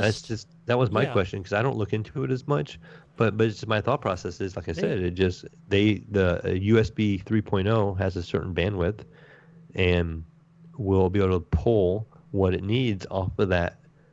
Because they talk about the hardware, the new technology of the hard drive, how great this new hard drive is. It's not necessarily software; it's actually hardware oriented. And so you're taking today's older hardware and plug it in on a USB port on a new PlayStation. Is it going to be able to respond and work the same way as it would as the internal drive? No. And is it going to cause a problem? The internal drive is going to be the SSDs that are going to be so much. So, okay, I'm The pretty M.2s, sure you can use your existing external hard drives on the newer hardware. I'm and maybe almost just have certain. maybe have load times and stuff then, or Well, that'll be obviously that's going to be different from an HDD to a SSD, right? Because they even said on, they've said it on Digital Foundry, and I think even obviously PlayStation and Xbox has said, like, oh my gosh, little to no load times, or something to that effect. I think that's going to be great. I think there's, I don't know. It's hard to tell with like a general consumer, if they're going to be, how many times, Mayo, have we've gotten into a game of Sea of Thieves or that one takes a long time to load, right? There's a good example. Right? Where I'm not sure because it's a little different on my end because most of the stuff I play on PC and I have it on M.2 drive already. Yeah. So M.2 drives have been out for probably about 5 years. I could tell you it's a long time, right? I don't know how many minutes, but it's like I'm just sitting here falling asleep waiting for Sea of Thieves to load. But once it loads in, right? Everything's on memory. Everything's good to go. Textures, they take a they take a few seconds or whatever. I don't think people want to play the game. They're not really gonna. I know for us, right? We're gonna keep, Call of Duty, our other important games are gonna be on those SSDs running on a Microsoft Series X and the new PlayStation 5. If I get Ratchet and Clank, that game looks so cool. That's definitely going on the SSD. That is not going on an external drive. Here's another good example. I play. Every time I see it, like I saw it yesterday, I loaded up Snow Runner, and every time I load up that game, and it happens with other games too, and it could just be that I have an OLED TV, where I load in, and it'll start me at the garage or wherever my last save point was. Well, the what do you call it? Like it's not quite, the textures don't load in right away. It takes, I'm going to say, 1 to 2 seconds or 1.5 seconds before they start. So I'm like, okay, that's obviously, they pop in and it takes that long. So that's obviously on my, one of my external drives that I'm running. Right. And that's my concern is how fast will that stuff load in on the new PlayStation? If a game needs it. But if it's a game is designed not to have load times, and then all of a sudden you have to have a load time, will it mess up your experience? If you had Spider-Man and there was no load in Spider-Man when you're swinging around, and then you have it on an external, and the game has to load in when you swing to a certain spot, would that interrupt it? No, I'm pretty sure. Now, I'm no technical person, but I'm pretty sure it doesn't pull. It's not like PCs back in the day. I think PCs back in the day used to do that. I'm sure somebody's yelling at me right now going, what are you talking about, Gunny? But no, I believe it all loads to memory. But once it loads, then it's ready to play. It doesn't keep pulling from that external, right? It doesn't keep, keeps in constant communication, but it's not pulling any textures or anything like that. They're already, the time of it takes to load in, right? Mm-hmm. That's it's your load right there. time, your levels and stuff, Yeah. So yeah, I think most people, they're going to get their Spider-Man, their Ratchet and Clank, their Halo Infinite. It's all going to be on the SSD, because if you're running it on a new Series X, right? It's just the only thing that's going to show on your screen is waiting for other players, right? So those will be your original OG Xbox One players, right? People with slower PCs or whatever, maybe slower internet speeds. It's just waiting for them to catch up. Yeah, right? and what happens on the PC side of things, say if I have my M.2 and I have, let's say, a Battle Royale in there, Apex. Oh, no, let's not say Apex, because that has a character selection. Let's say PUBG was good for this. I would launch PUBG, and I'd be like the very first person in the lobby, because I have it in this M.2, and it has a really fast read and write, and then you would see guys just kind of pop in to the lobby. They just appear, and it could be like a minute afterwards, and you could tell those guys are the guys with the standard hard drives, and they would pop in the last minute and stuff. But they would get in, but and that's just the difference. If my load time to their load time, it didn't really do anything except for I just had to wait in the lobby longer. Right, and I'm sure with that M.3, you're like Jesus even mentioned, you're skipping like an entire screen that would have taken somebody else 10 to 30 seconds, where yours is like zip. I can't remember what it was, but I think it was something to do with Windows one time, and somebody's Windows loaded up, Windows 10, and there was a screen I'd never seen before, and I'm like, right, yes, how did you get this screen? Like, where? And they're like, that's always been there. And I'm like, I've never had that on my Windows 10. Yeah, and mine don't even have that circle. That little circle of dots that move in a circle. I've seen it on some of them. Oh, yes. I had that like on it's loading old Windows. Machines. Yep. Yeah, I don't even have that. It just goes, my screen, when I type in my password at the beginning to log into Windows, my screen goes from it fades dark for a second, and it just lights up, and I'm instantly in Windows. Same here. So, I had the Samsung SSD, 7 seconds, boom, up and running. Everything is like, it feels instant to me. Yeah, I think my last boot time was 3 seconds. I think the last time I looked. So yeah, it's crazy. I think it's going to blow people's minds getting these new consoles. They're going to be like, what the? Yeah. And that's going to be the biggest difference. That's probably the thing they're going to enjoy the most from this generation of consoles is the load times, in all honesty. I don't know how much of a graphic improvement we're going to see. We're going to maybe see better draw distance and better frame rates from these consoles. But the load times are the things that people are going to feel and I think enjoy the most.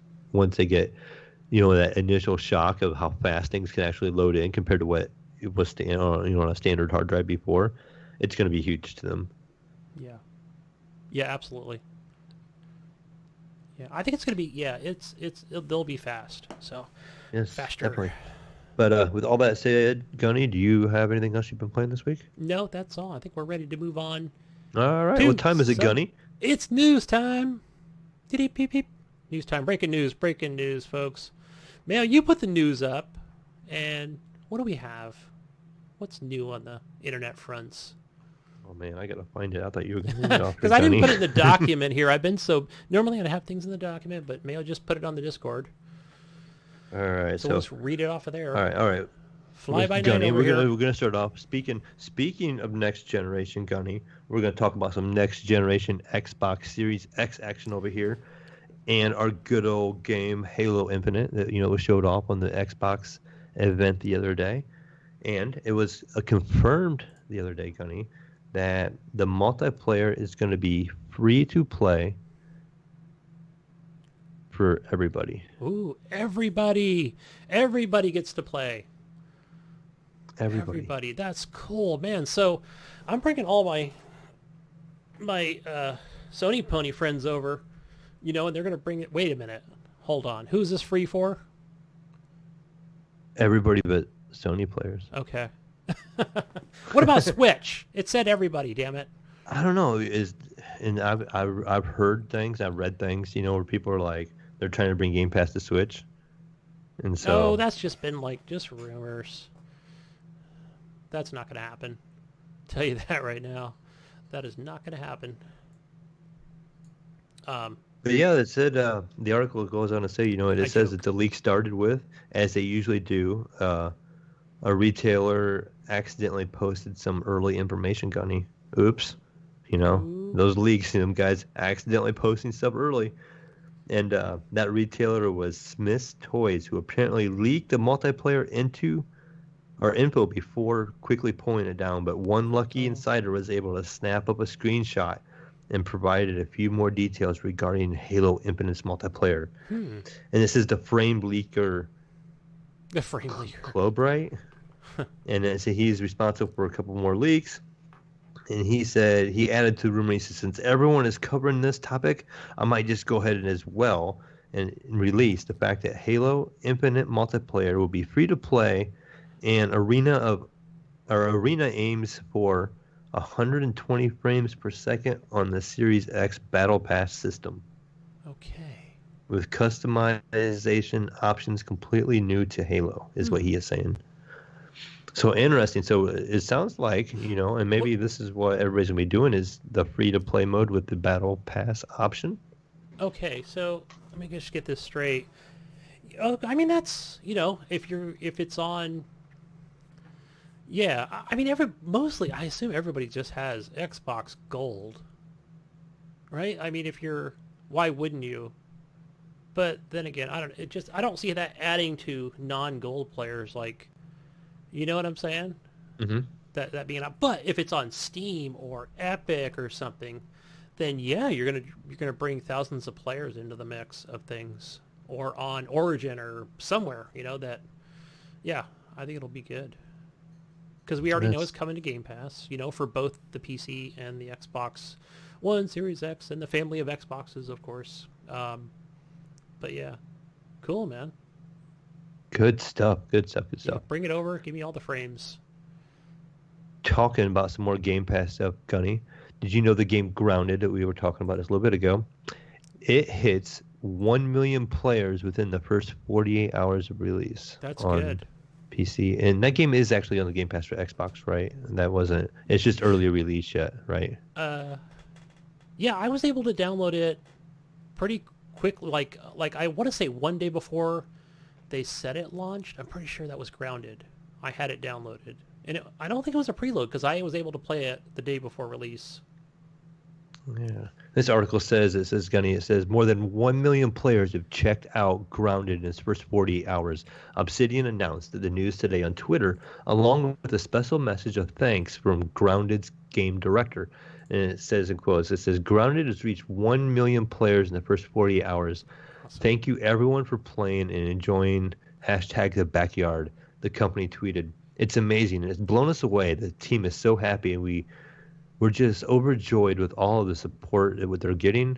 And it says it's a Grounded director, Adam, is it Brecnickel? I can't say it, but I want to say he did they said video. In a video short he did from his mobile phone in what appears to be in his own backyard. So that's kind of cool that he did it in his backyard. That is cool. I started to watch that video, and I love seeing games like this where it comes out on Steam, Game Pass, PC, Game Pass, console, this getting as many eyes on this as possible, just like what they envisioned for this Game Pass thing, along with other platforms. So that's cool, man. Yeah, and then he said he also took the opportunity to make some announcements about the road ahead for Grounded in this video, and he said which, the game launched in Steam's early access and the Game Pass game preview on July 28th. And he says, we're going to have monthly updates to this game, and the first monthly update is scheduled for August 27th, which is, a month away. That's awesome. They also went ahead and said, don't have any specific details about what the update will contain, but he said, stay tuned for more information about what to expect as the date draws closer. So yeah, I think there you there's go, a lot Gunny. they can do with this game, and it does have that Fortnite-y style type building. And yeah, I think they could definitely add to that more weapons, more creatures, enemies, bugs, you name it. Things to do. Good stuff. Yes. Good stuff. start for them. And of course Obsidian, they're just an awesome studio all around. Yeah. I don't know, that almost becoming to me like my favorite developer in Microsoft right now. They seem to have a lot going on right now, and they seem to really be doing things well. Yeah, they're definitely working hard, making more games. Yeah, all that Game Pass support and all that. But Gunny, if you don't have Game Pass and you can't, play everything right away, wouldn't it be nice to pay only $40 for a game? Oh yeah, instead of 60 or whatever, presumably Or 70. 70. Yes. For going Well, into the next EA, EA, we have heard that, the EA Star Wars Squadrons game is going to be launched in October 2nd for the PC, PlayStation 4, and the Xbox One. It's only going to cost $40, and that's much lower than the big budget games currently releasing on consoles, according to, the CEO. He said the game doesn't have the same breadth of content that more expensive games, as far as it's more focused on one specific experience, and it should help keep players' expectations in check for the type of game that it will be. So I think what they're just kind of saying is basically this is going to be like a vehicle shooter type game, and it's not basically considered, I don't want to say the wrong word and not saying it's a full game. It's going to be a game, but it's almost like what we would play as like a mode, Right, so maybe not, it won't have like a normal story, but maybe more like situations, or right, and obviously more like multiplayer things like that, different varieties in that section. So that's cool. I think it's great that that, I don't know, I don't see, maybe that, hey, this is just going to hold you over till we see like a Star Wars Battlefront 3, right? Right. That's happening, and so hey, play this. And they have something similar to this, right? It's on Star Wars Battlefront 2, but it's just not, it's different multiplayer modes. And they said that standalone. they always look at games, and we want to make sure that they are providing the greatest value for our players. That's EA's motto, definitely. Yeah. The greatest value for their players, and no extra loot boxes or nothing there, right? And then it says, and the games all have a different scale, and most of our games right now have a huge scale, Gunny, huge scale. He says, we designed Squadrons to really focus on what we have heard from consumers, which is one of their greatest fantasies, and that's the ability to fly an X-Wing fighter, a TIE fighter, and be in a dogfight.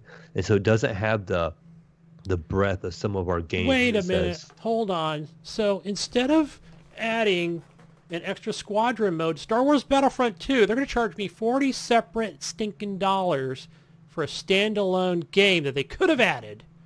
This is BS. So that's probably what they're going to do. The next Battlefront game that they release is probably not going to have a vehicle mode one. Right, because we don't want to, no. We want to have another standalone. Right.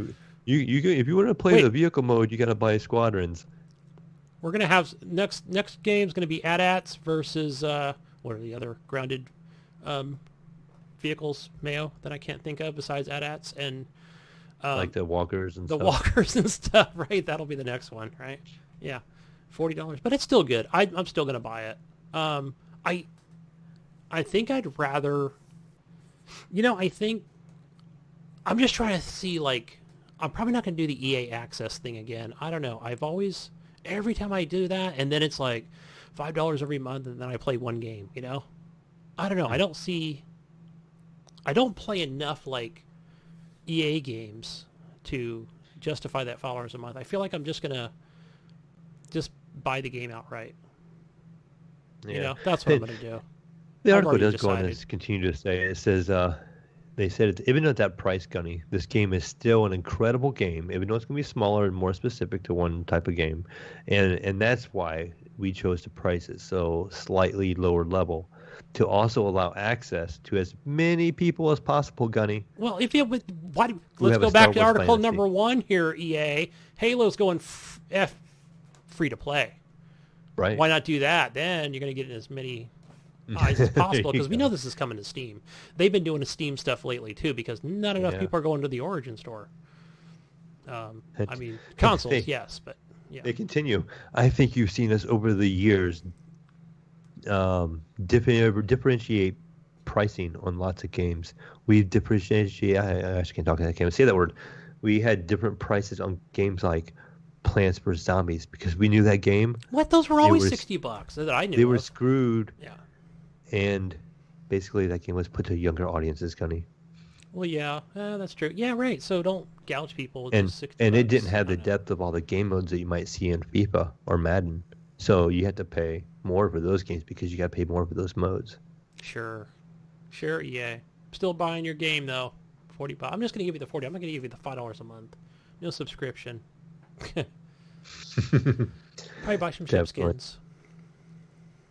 But moving on here, let's continue on to our next article here. Good old Ghost of Tsushima sold faster than any other first-party original IP on the PlayStation 4, Gunny.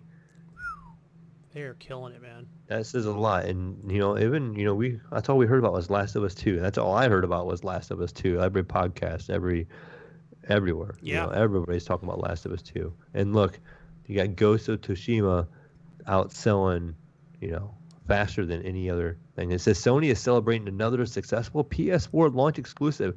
This time, the early sales success of Sucker Punch's Ghost of Tsushima. The game it's the first game from Sucker Punch in 6 years. They managed to make a big impact, not just because of the immersive photo mode. It says the new open world action game has sold over 2.4 million copies within the first 3 days of the launch. Yeah. So we were just talking about what Grounded had 1 million players in 48 hours. This is 2.4 million copies sold in the first 3 days. Yeah, you figure at $60. Yeah, that's right. Crazy. And it says this makes Sony's the new fastest-selling original IP, with a previous record belonging to Horizon Zero Dawn. It says this also puts Ghost of Tsushima ahead of other PS4 exclusives such as Bloodborne, Days Gone, and Knack in terms of initial sales. And it says, yes, it managed to beat Knack, the greatest game of all time. And it says, we're shocked. I'm not sure what Knack is. I downloaded it. I know I got it off of Jonathan's account, but I have the money for this game. I just don't have the time. That's the issue right now I have with it. So I've just been watching, get home, I'm eating dinner, watching streams. Nipron's been streaming a lot of Ghost of Tsushima. He finished The Last of Us 2, so yeah, it's an awesome looking game. So, yep. But the rest of this article, I'm not completely sure what it's saying, so maybe I'm just mistaking the first part. Because it says this figure is still far lower than what Sony has seen with sequels that established first-party titles. The Last of Us Part 2, which launched in June, sold over 4 million copies in the first 3 days, beating out the previous record holder Spider-Man, which sold 3.3 million copies in the same period. This is both games are also set to receive follow-ups for the PS5, and with Spider-Man Miles Morales, and launching later this year, Horizon Forbidden West coming 2021. And it says with the PlayStation's massive install base, however, it's unlikely early PS5 games will be able to hit those high figures. Yeah. So hey, but Sucker Punch, I don't know. Are they owned by PlayStation? Is that the part I'm missing here with the maybe record? it is. I don't know. I'm not sure who PlayStation owns for sure. So maybe that's what it is. Maybe it's the fastest selling I'm just going to the website because maybe that's IP. Like I'm trying to add up the math here. I'm like, wait a minute, something's not. Let's see. So maybe that's why. I mean, still, it doesn't matter. It's still like those numbers are. I mean, it's got a PlayStation logo at the bottom, so I assume it's owned by PlayStation. Yeah, they make Infamous Second Son. I always wanted to pick that game up. I hear that's really good. Short, but really good. Yeah.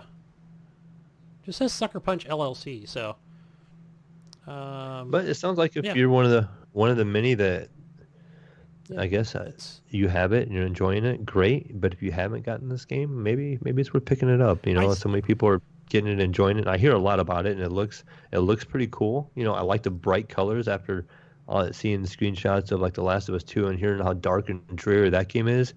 This almost feels like it'd be a welcome change of pace. I feel like it's the perfect sword, ninja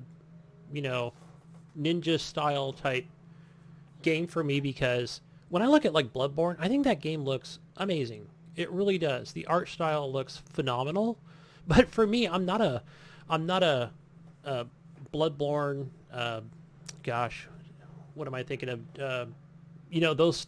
I'm not into the hardcore fighting games like that, where I feel like I'd get frustrated way too easy. Where this game, you can, it has the different modes, and a enemy you can kill them in a few seconds. Where other games, I just feel like, it's just a grind fest or something, trying to work on one enemy for 45 minutes or something. Mm-hmm. Which maybe this game has. If I can knock down the difficulty, which I've seen from the options, that this will be it for me. It feels like it's that balance with, it's the Assassin's Creed in Japan that, that everybody's always wanted. So, yeah. When I get time, I gotta buy it, and I will play it. Yeah. Something that kind of hold you over here pretty soon. Yep. Pretty soon I'm going to start ramping up again, I think. Yeah. These things I have on my end, especially with Horizon coming out soon and Grounded come out. And, I've been picking up pace, which is nice because for a while there it was feeling kind of slow. Right. Yeah. It was like, all right, not shit's coming out. What's going on? I think we're just, and I think also I just want to add to what we were talking about before where, we still don't have, release dates for the new consoles. We still don't have release dates for, things like your Ratchet and your Clank and your Halo Infinite. We just sometime in November, So, I think even where we can say, I think we can all agree on, maybe a Cyberpunk 2077 with it having a launch date. How many times has it had a launch date? You know what I mean? And I wouldn't say, there's probably some people like, it'll never come out, They're just fooling us. They're just going to keep pushing it and pushing it. But, you know what I'm saying? Like, it's just, that's kind of like even when I was feeling like, damn, like, what's going on here, man? We need some games out here. But, Sony's come out with some, like, just some real heavy hitters here. The last two have been very successful. Yeah. Yeah. All right, Gunny, moving on here a little bit. We're going to talk about the Evil Epic Store. Talking about some PC stuff over here. The Epic Game Store now adds mod support. And the first game up is going to make Ghost Nico happy. MechWarrior 5 is the first one to get mod support. Yes. So Sony's had this for like a long time. They have the workshop where you can add mods to games, makes it real simple. And it says the Epic Game Store is adding another piece of functionality that it lacked compared to the competitors like Steam, and that's mod support. It says the first title to participate in the beta launch of the Epic Game Store mods is MechWarrior 5. It says an update is available to the game, and players will be able to mod the title through the Epic Games launcher. Adding mods can add massive appeal to a game and help it extend the lifespan. They allow players to change parts of the experience to suit their needs. Traditionally, mods had been a sort of hack into a game, but in 2011, the mighty Steam, they introduced a workshop, which allows players to manage their mods within the store client itself and automatically apply them to game files stored locally on your computer. And it says now Epic finally has a beta of that same kind of technology. And so, it's kind of allows you to have certain, like, I know the experiences I've had with that kind of modding stuff in the Steam workshop is people could create levels, and like Counter-Strike, you could make custom made levels by people. And so you're not stuck with the levels that the game developers made you play. And when you get online, if somebody was playing that didn't have that level and you wanted to enable other people to play with you and stuff like that, it would just download that level to that online player if you didn't own it. So you would download it and you would just launch the game and you'd all be playing that same level. I remember playing, I think it was Counter-Strike in a SpongeBob map. It was like in Bikini Bottom. Yeah. And you're playing Counter-Strike, so. Yeah. Good stuff. I know that I spent a lot of time in Steam Workshop, not only looking at just City Skyline stuff, where there are just thousands and thousands of, assets, saved maps. There's different lighting effects. I mean, the list goes on of what you can do. I know there's another, probably another website or two where you can do those things, but I think everybody just goes to Steam for that. So, Yeah, well, you gotta be careful because doing mods can be very tricky sometimes. When you're doing ones that don't really, I guess you could say, have any kind of support, and you're just going to a website and downloading files that somebody created. Right. One, there's a risk there, because you don't know what's being put in those files. True. Two is trying to get this to work in the game. Sometimes these mods can be complicated, and the game doesn't work as well, or it breaks the game, and stuff like that. So you don't know how it's going to work.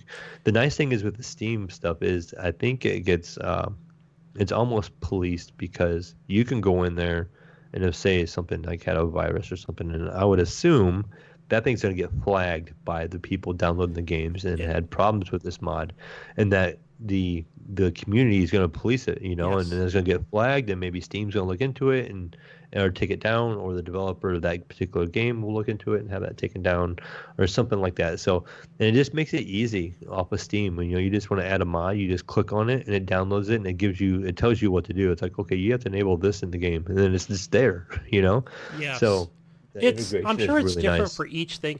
And I assume also, just speaking of City Skylines, right? I assume that it's obviously not a peer-to-peer, but I understand how, hopefully, I would just, peace of mind here is that they probably upload that to like a Steam, somewhere in their server type thing where it's checked. I'm sure it's monitored, right? Like a lot of things are, it's constantly scanning, at I mean, Steam lightning doesn't speeds. really do a whole lot of hands-on monitoring. They like to use their computers for algorithms and stuff like that. If you'll notice that a lot of their stuff is automated, their return systems are That's what I automated meant. and all that kind of stuff. Yeah, But I meant it's I'm sure automatic. there's virtual. probably a comfort of Yeah. knowing that it's through Steam. It's through a reputable company that you're using these mods, and so you kind of have their support in a way. I think you look at it as. Right. So I haven't had any issues, and I've downloaded thousands of assets and things like that where, maybe I've just gotten to them later where maybe somebody might have ran into an issue, but I've never had a problem on the computer, on my PC. Maybe I'm running McAfee, but still no issues there. I also know that my son likes and he plays it all the time, and he wants to buy it for me, which is the Minecraft Java Edition. I prefer the Xbox version, play it on an OLED, just vanilla creative. I have both versions, but yeah. And I've been playing creative here for probably 6-8 years. So there's enough there for me to enjoy. Even in the 8 years, I'm not tired of playing creative. It just keeps going for me. So I'm like, why would I want to, I kept telling my kid, like, what's the, benefit of me getting mods? But I don't know. He has yet to show me these things. He showed me a couple, but he gets those off of, so those he gets from, I want to say it's Amazon Twitch Prime's game thing that you download. They have their own game launcher, and so he gets those Minecraft mods for the Java edition from there, which I found interesting. Yeah, maybe it's just a safer location of where people upload assets and mods to. So it's cool to see Epic follow suit, and that we'll see more games do the same thing. A nice little feature added in the Epic Store, which is nice. But Gunny, speaking of harmful files and downloading things and things that don't work on your computer, our next news article here is watch out for Cyberpunk 2077 beta scams, Gunny. And it says CD Projekt Red has warned prospective players that invites are fake, and then it has no plans for a beta. It said Cyberpunk 2077 is still a few months away, so scammers are trying to take advantage of eager prospective players, offering them a chance to play early in the non-existent beta. CD Projekt Red posted a warning via Cyberpunk 2077 Twitter account that it isn't sending out beta invites, and it reiterated that it has no plans for a beta whatsoever. So, all you listeners out there and you, Gunny, when you get that email saying, hey, Give me your credit card number and you can get into Cyberpunk 2077 beta. Play 2 months early. Right? It's not good. And it says but I want to sign up. I want to sign up for early play. And it Please. says in case one of these gets through your junk filter, it says first check that it's from #cdprojectred.com and not an unofficial address. It says you can safely assume that any mentioning a beta are bullshit. CD Projekt Red added that content creators should also be vigilant and that the studio will always reach out directly, not via a third party. So it says it looks like you'll have to wait until November 19th, Gunny. In the meantime, check out some of their hands-on preview gameplay videos. It has a link to a video. Is that when the new Xbox comes out? 19th? It better. I think it's going to be around there. Yeah, let's do it. Hell yeah. Now you got me like just watching this video. Right? I'm picking, that is cool. Yeah. So, Gunny, as you're watching that video, did you watch the Xbox game event and think the Halo Infinite graphics looked kind of bland? Did you think it not look? I know. I had posted it in Discord, and I put it in the console section of things, and and I know a few people were like, "Well, it doesn't look that great." I don't know. Maybe was it the screenshot? Was it just that people saw pop-ins, things like that? I thought it looked okay. Mm-hmm. I thought it looked okay. I didn't look at it and say this game looks horrible. Yeah. I just thought it could have been better, but I wasn't sitting there going, this game looks really bad. But it didn't. I know what people are talking about. When I look at it in hindsight and look back on it, I think, okay, it didn't wow me. No, I don't. There was not. What was my first reaction? It was that it looks like they're going back to their Combat Evolved roots of things. Yeah. There's a lot of things I wish they did, like, maybe they should have shown different scenes rather than just like, kind of like beginning, land on the ground, talk to the one guy, the ship, who was piloting the ship. Like, they should have shown more characters, or gave us something like we've had in the past where, who is that? What is that? What is this thing that we need to discover? There was no mystery. We just saw he's in the Banshee and he's jumping hills or whatever that vehicle was, the Groundhog. I don't know. But, I thought it looked fine. Yeah. I just figured, like, this is just Microsoft being, like, holding back, like they're holding back for something they're going to show us in August or September. Microsoft felt the need to respond. I guess they're getting so much negative feedback. It says, following the Xbox Games Showcase, the negative reception from Halo Infinite's graphics has been taken Microsoft and developer 343 by surprise. They were surprised, Gunny, that people are not happy with the graphics of this game. It says many have criticized the game's graphics, and it's safe to say that a lot of fans are disappointed with how Halo Infinite stacks up to its PS5 competition, Gunny. And it says Xbox Marketing GM responded to the criticism with an interview with Inside Gaming, telling fans to be patient as the footage showed in the presentation represents a work in progress, Gunny. And he says that Halo Infinite is still some months away, and there's a good chance that the game could look a bit different when it launches. And he says, listen, we are in the middle of a global pandemic. It's July. We're far from launch because that's in the holiday. He says, you're seeking a work in progress game, or you're seeing a work in progress game. And they told Inside Gaming, the coronavirus pandemic has created a lot of problems for the video game industry over the past few months. While the industry has adapted to working from at home, lots of titles have seen delays, and there were some early speculation that the Xbox Series X and the PS5 might not even release this year. As a result, clearly the pandemic has had some impact on Halo Infinite's development. And they said, of course, is there another factor at play? And that's the fact that Halo Infinite will release on Xbox One in addition to the Xbox Series X. Cross-gen support is something that Microsoft was pushing for this generation, and many have voiced their concerns that it could mean first-party games don't take full advantage of the new system's capabilities. While Halo Infinite will see a free update that takes advantage of the Xbox Series X, it remains to be seen how much better the game will look.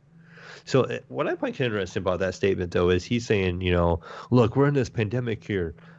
I think all the other stuff on the showcase looked better, Yeah, it did. And you're saying the Sony Obsidian. stuff looked good, but they don't have to worry about the pandemic over at Sony. The games they're making.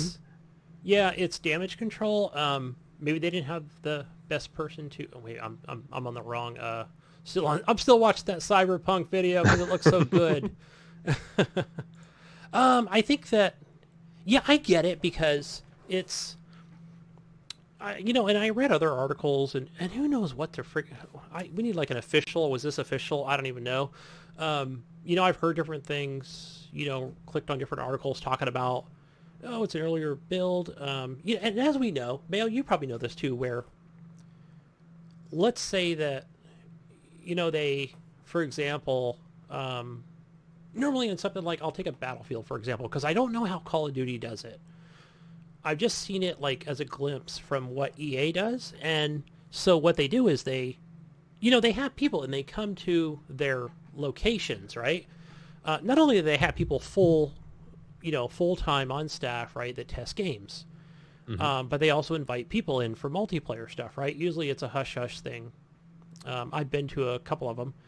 And so you come in, right, and, you play the game, you play the multiplayer, and then you do a focus group, right? Well, I understand because you can't really do that. It would be difficult to kind of do that during a pandemic. Right. So a lot of this stuff is like, they're trying to, do it. I don't know. Is it just as hard to try and send it out to the people they have selected? Like, do they, you know what I mean? Do they just have some magical thing on their Xbox One X or Series X at home? You know what I mean? It's just, yeah, because I saw another article talking about where, hey, it's not true that multiplayer is not going to launch at the same time as the actual game itself, that it's going to be a separate thing. I don't know.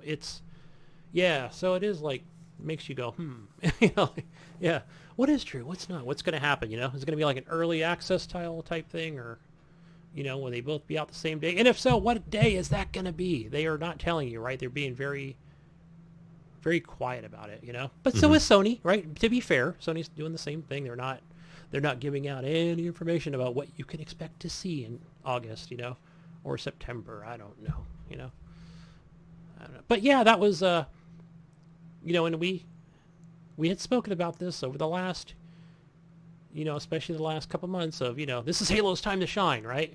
And I've heard it from other people too, right? It's time for them to, they really got to bring it. And me personally, I think that they just, not being a Halo fan, but I think they should have, if multiplayer is not, I know it's not ready, but I think they should have shown it. I honestly do. So, and if they're not ready to show like a glimpse of what multiplayer looks like, then I think they should have not have shown it at this showcase. I think Phil should have just came out and said, look, we're just not ready to, show you campaign and multiplayer. It's just not ready, or in a ready state of what we can show you. That's my opinion. So I think the game's gonna look good, but there's probably gonna be some limitations there. Maybe because the game's gonna be a big open world game, it's not gonna look as good as we hope. Because I don't know how open it's gonna be. From what it looked like, they're trying to say it's gonna be a more open experience. So obviously, you can't make the game look as good when it becomes as a bigger open world. You don't have that path that everybody's gonna see, and you can't just utilize that. Right.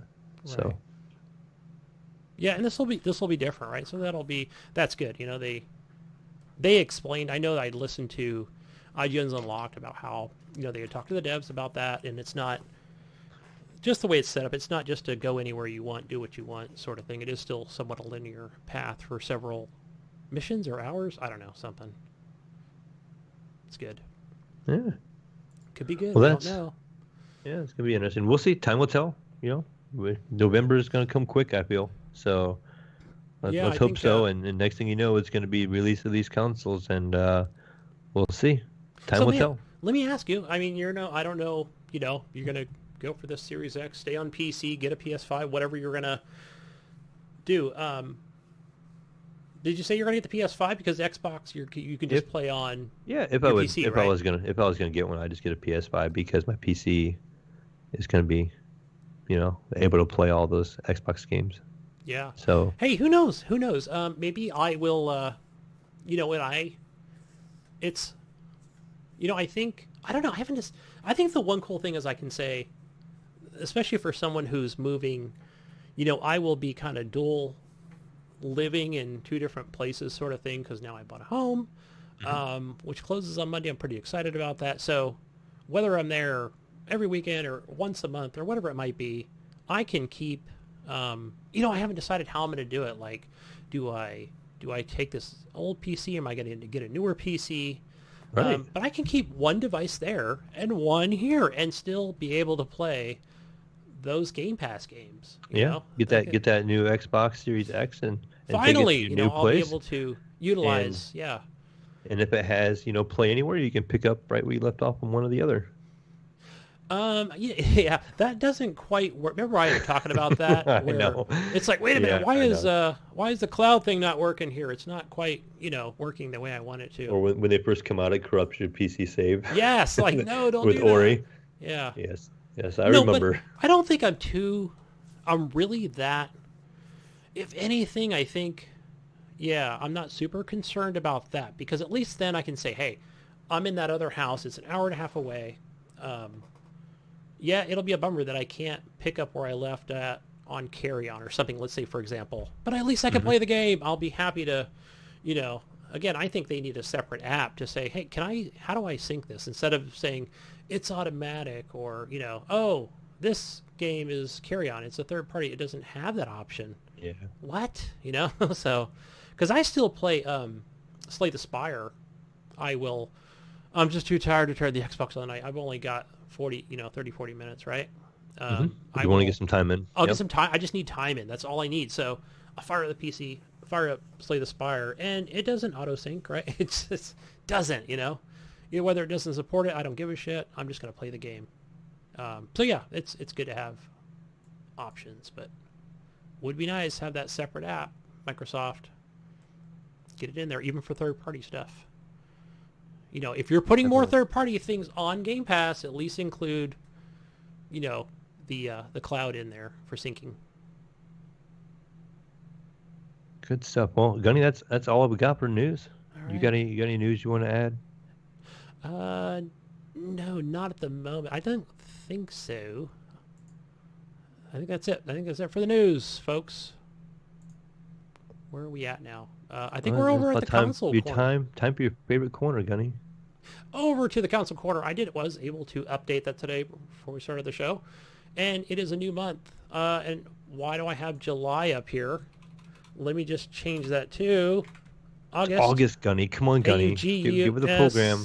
We are now in August. It's almost back to school time. It is. I know my kid has to go pick up his Chromebook. So I was asking the wife, I'm like, what's up with everybody who's using iPads? What's going on? She goes, well, the Chromebook has an actual keyboard. I'm like, I totally forgot about that. iPads do not have keyboards. Yeah, that is like a $40 separate. I think they're $30. But still, they're not the greatest keyboards, I will agree, where a Chromebook is pretty much a laptop without PC. Windows. Yeah. Yeah, without Windows, without Chrome OS. Yeah. Yeah, you can't.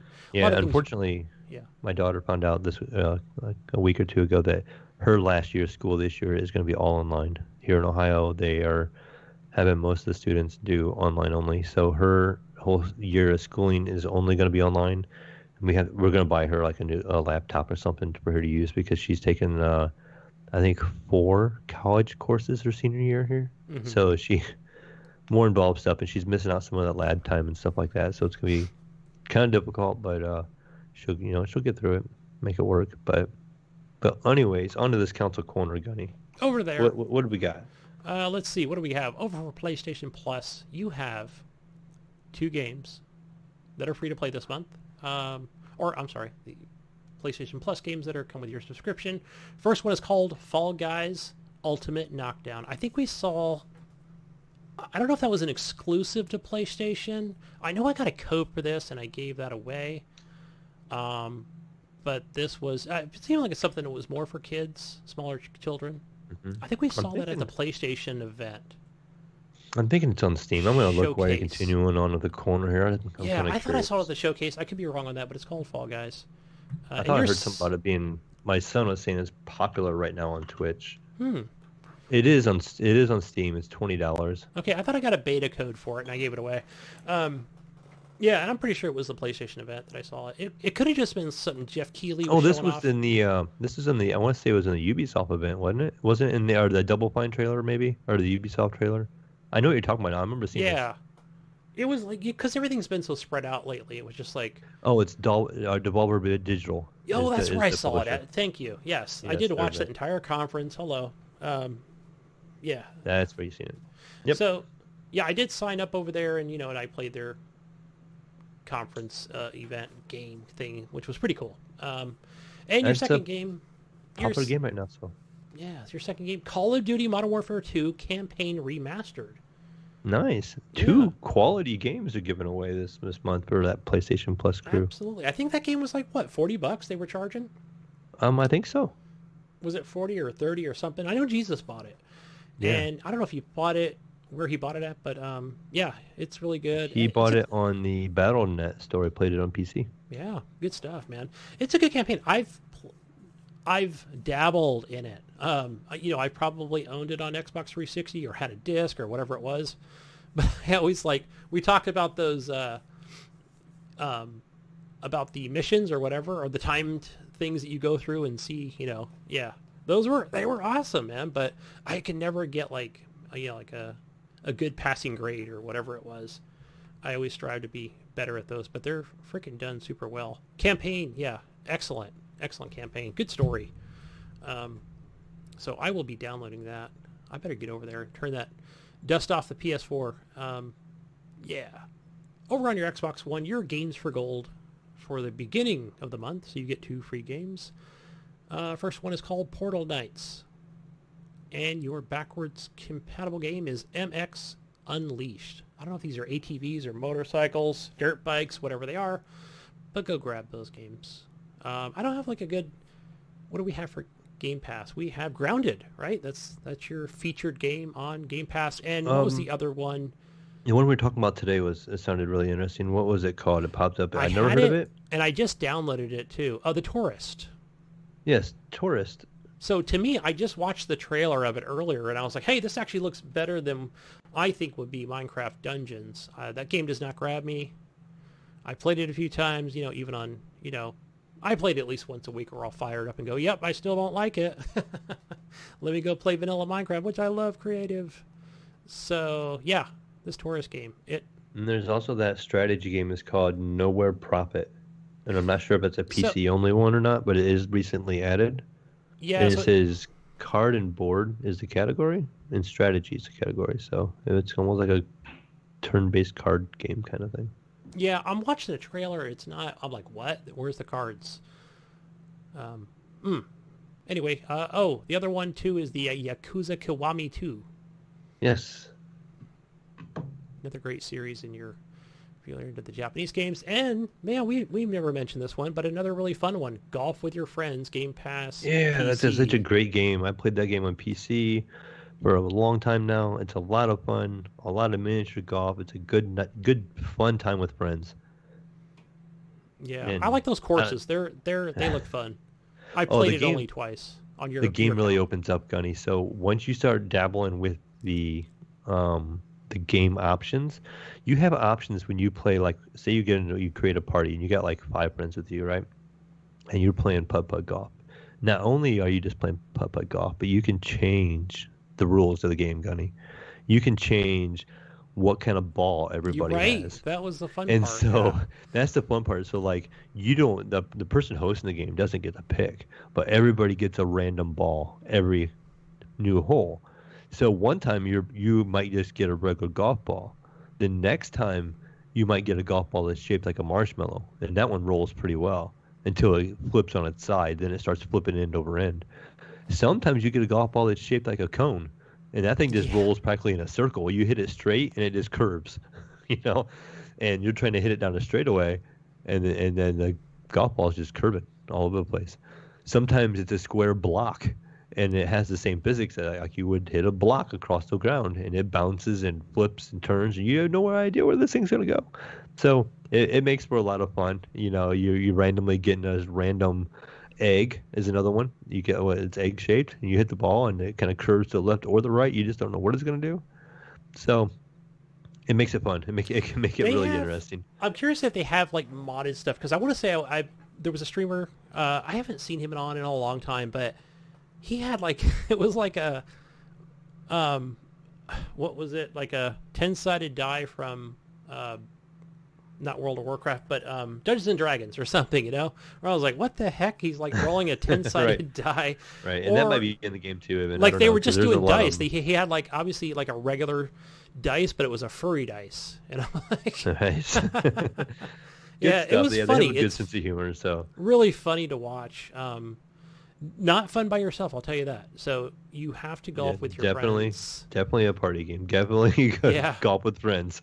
Although you can play this single player, but I don't recommend it. Yep. Maybe we ought to have a community night coming up soon where we have a golf with friends. If it has like crossplay, it'd be great. If we could do PC and Xbox players or something like that, we could play together, get in a party, and just hang out and enjoy some golf with friends. Yeah, because I'm pretty sure it has an option where I think you can. I know on the PC, you can like pretty much just stop what you're doing and go watch your other. Yeah, people? when you knock your ball in and you're waiting, you can actually move the camera around, and you can wait for everybody else to finish up, and you're either making fun of them or rooting them on, or you can do it. Yeah, trying to hit a square block across the map. Yeah, but it's fun. Good stuff. Evil Epic Store. It's got mod support. It's got achievements coming to this thing. You have 3 free games I've never heard of, but they are coming. They are free currently right now. I haven't even had a chance to claim these games that I'll never play. And your first one is 20XX. Let me see. I'm going to go here really quick. Okay, so 20XX. Your next one is called Barony. I'm sorry, I'm seeing like it looks like something magical here. Barony. And your third game is called, what is it here? It is Super Brothers Sword and Sorceries EP. Help a wandering warrior monk complete her woeful errand in Super Brothers Sword and Sorcery EP. The landmark action adventure crafted by Super Brothers and the video game wizards at Cappy. Featuring an award-winning original soundtrack by Jim Guthrie. Very 16-bit. Yes. Yeah, I'd say. Maybe even 8-bit. Maybe even 8. I know. I'm just trying to watch the trailer here. It's visually cool looking though. Yeah, so check out those. Claim all 3 of those. Maybe you can actually play them too. No free Steam games. Screw you, Sean Fuller. You didn't post anything on there, so I didn't see anything on Steam. You got to pay full price. But Halo will be free. Hey, fucking better be free. Don't be charging me any money on the Steam machines. Right. But hey, we kind of failed on the old community questions there last week, didn't we? And I fumbled on Discord, but you guys were all excited to have Eric on, just rocking right through that episode, and I was mumbling it back in the corner as I was all tied up. Eric had me all tied up back here, and I'm like, guys, community questions. But no, you guys couldn't hear me. I could not hear you. No, he did not let you speak. No. So, but we have this one. That we're going to post. No more Eric. So good. Kicked out. Change the locks. My house again. Yep, the locks are changed. New keys. Got my swimming pool back. Good to go. Computer back. No icky Michigan viruses are on it or anything like that. Clean the keyboard off. I'm good to go. He stole all your cooking tools for your grill, though. What is he going to do with those? Yeah. I'll buy new ones. It's okay. We don't want them back, Eric. Thank you. Hey, but we do have a question. We're going to put up in the Discord, the Facebook group. What question is that, Mayo? All right, we got a new question for our community, guys. We want to know. Gunny and I want to know. Do you feel like building your own PC would be difficult? So you listeners out there, do you guys think it would be too difficult to build your own PC? Let us So know. we're talking about Want to hear your feedback? probably going to like a PCPicker.com. Yeah, and then making it your Similar. own. Hey, if I can do it, you guys can do it. All right. We'll put that up on our Discord and Facebook. I think that's all we have, Mayo. That's it. So, Gunny, where can we find you, Gunny? Go find me over on Xbox, Uplay Store, Steam Machine, under gamer tag Gunny Chief. Go follow me on Twitter under Gunny Chief or Kane Marston, whatever at Kane Marston. I always forget to mention that. That's my alias on there, so I don't get in trouble at work for posting traffic videos or something. Look at all this traffic. There's a car overturned. And then it ends up on the news, and my boss, it's like, Meryl, is that you? No, that's not me. That's Kane Marston. PlayStation, follow me over there. Add me on there under HGP_Gunny. Where do we find you, man? Awesome. Hey, you're going to find me everywhere, pretty much as the Mayo one. But the only place you're not going to find me is on Discord. I'm just the Mayo on Discord, but I'm pretty easy to be found on Discord. If you join the Horrible Gamers Discord channel, you're going to see me on the right side over there as being probably online, because my phone is pretty much online all the time. So you're welcome to message me anytime, DM me on there, or you can just put it in general when you join the chat. I'll probably end up saying hi when you join the group anyways. So you can find me over there. But yeah, you're going to find me on the Epic Store even. You're going to find me on Steam. Everything is like the Mayo one. And I'm going to throw out there too, Jesus, even though he couldn't be here today, the parents are gone. So Gunny and I, we get to sit there and play and have fun tonight. And, Mom and Dad need a break every once in a while, I guess, so they leave. He doesn't come back. No, he's busy. I think he was actually forced to work all week, so unfortunately he couldn't make it tonight. We wanted to get a show out to you guys. We need that content.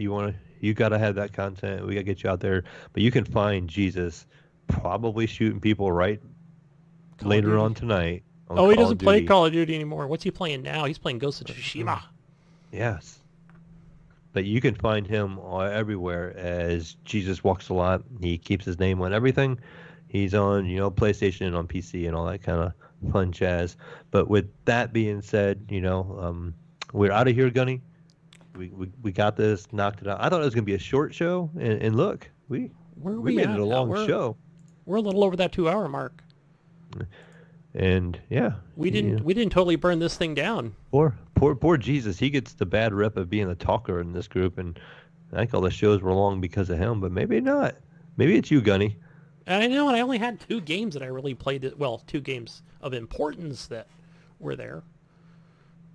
But what does Gidget say, Mayo? Would that be peace out, Brussels sprouts? Bam! See you guys on another episode of Horrible Gamers Podcast next week. Hopefully Jesus will be back and you'll have the full group back like normal. So until then, thank you for listening, guys. Peace out.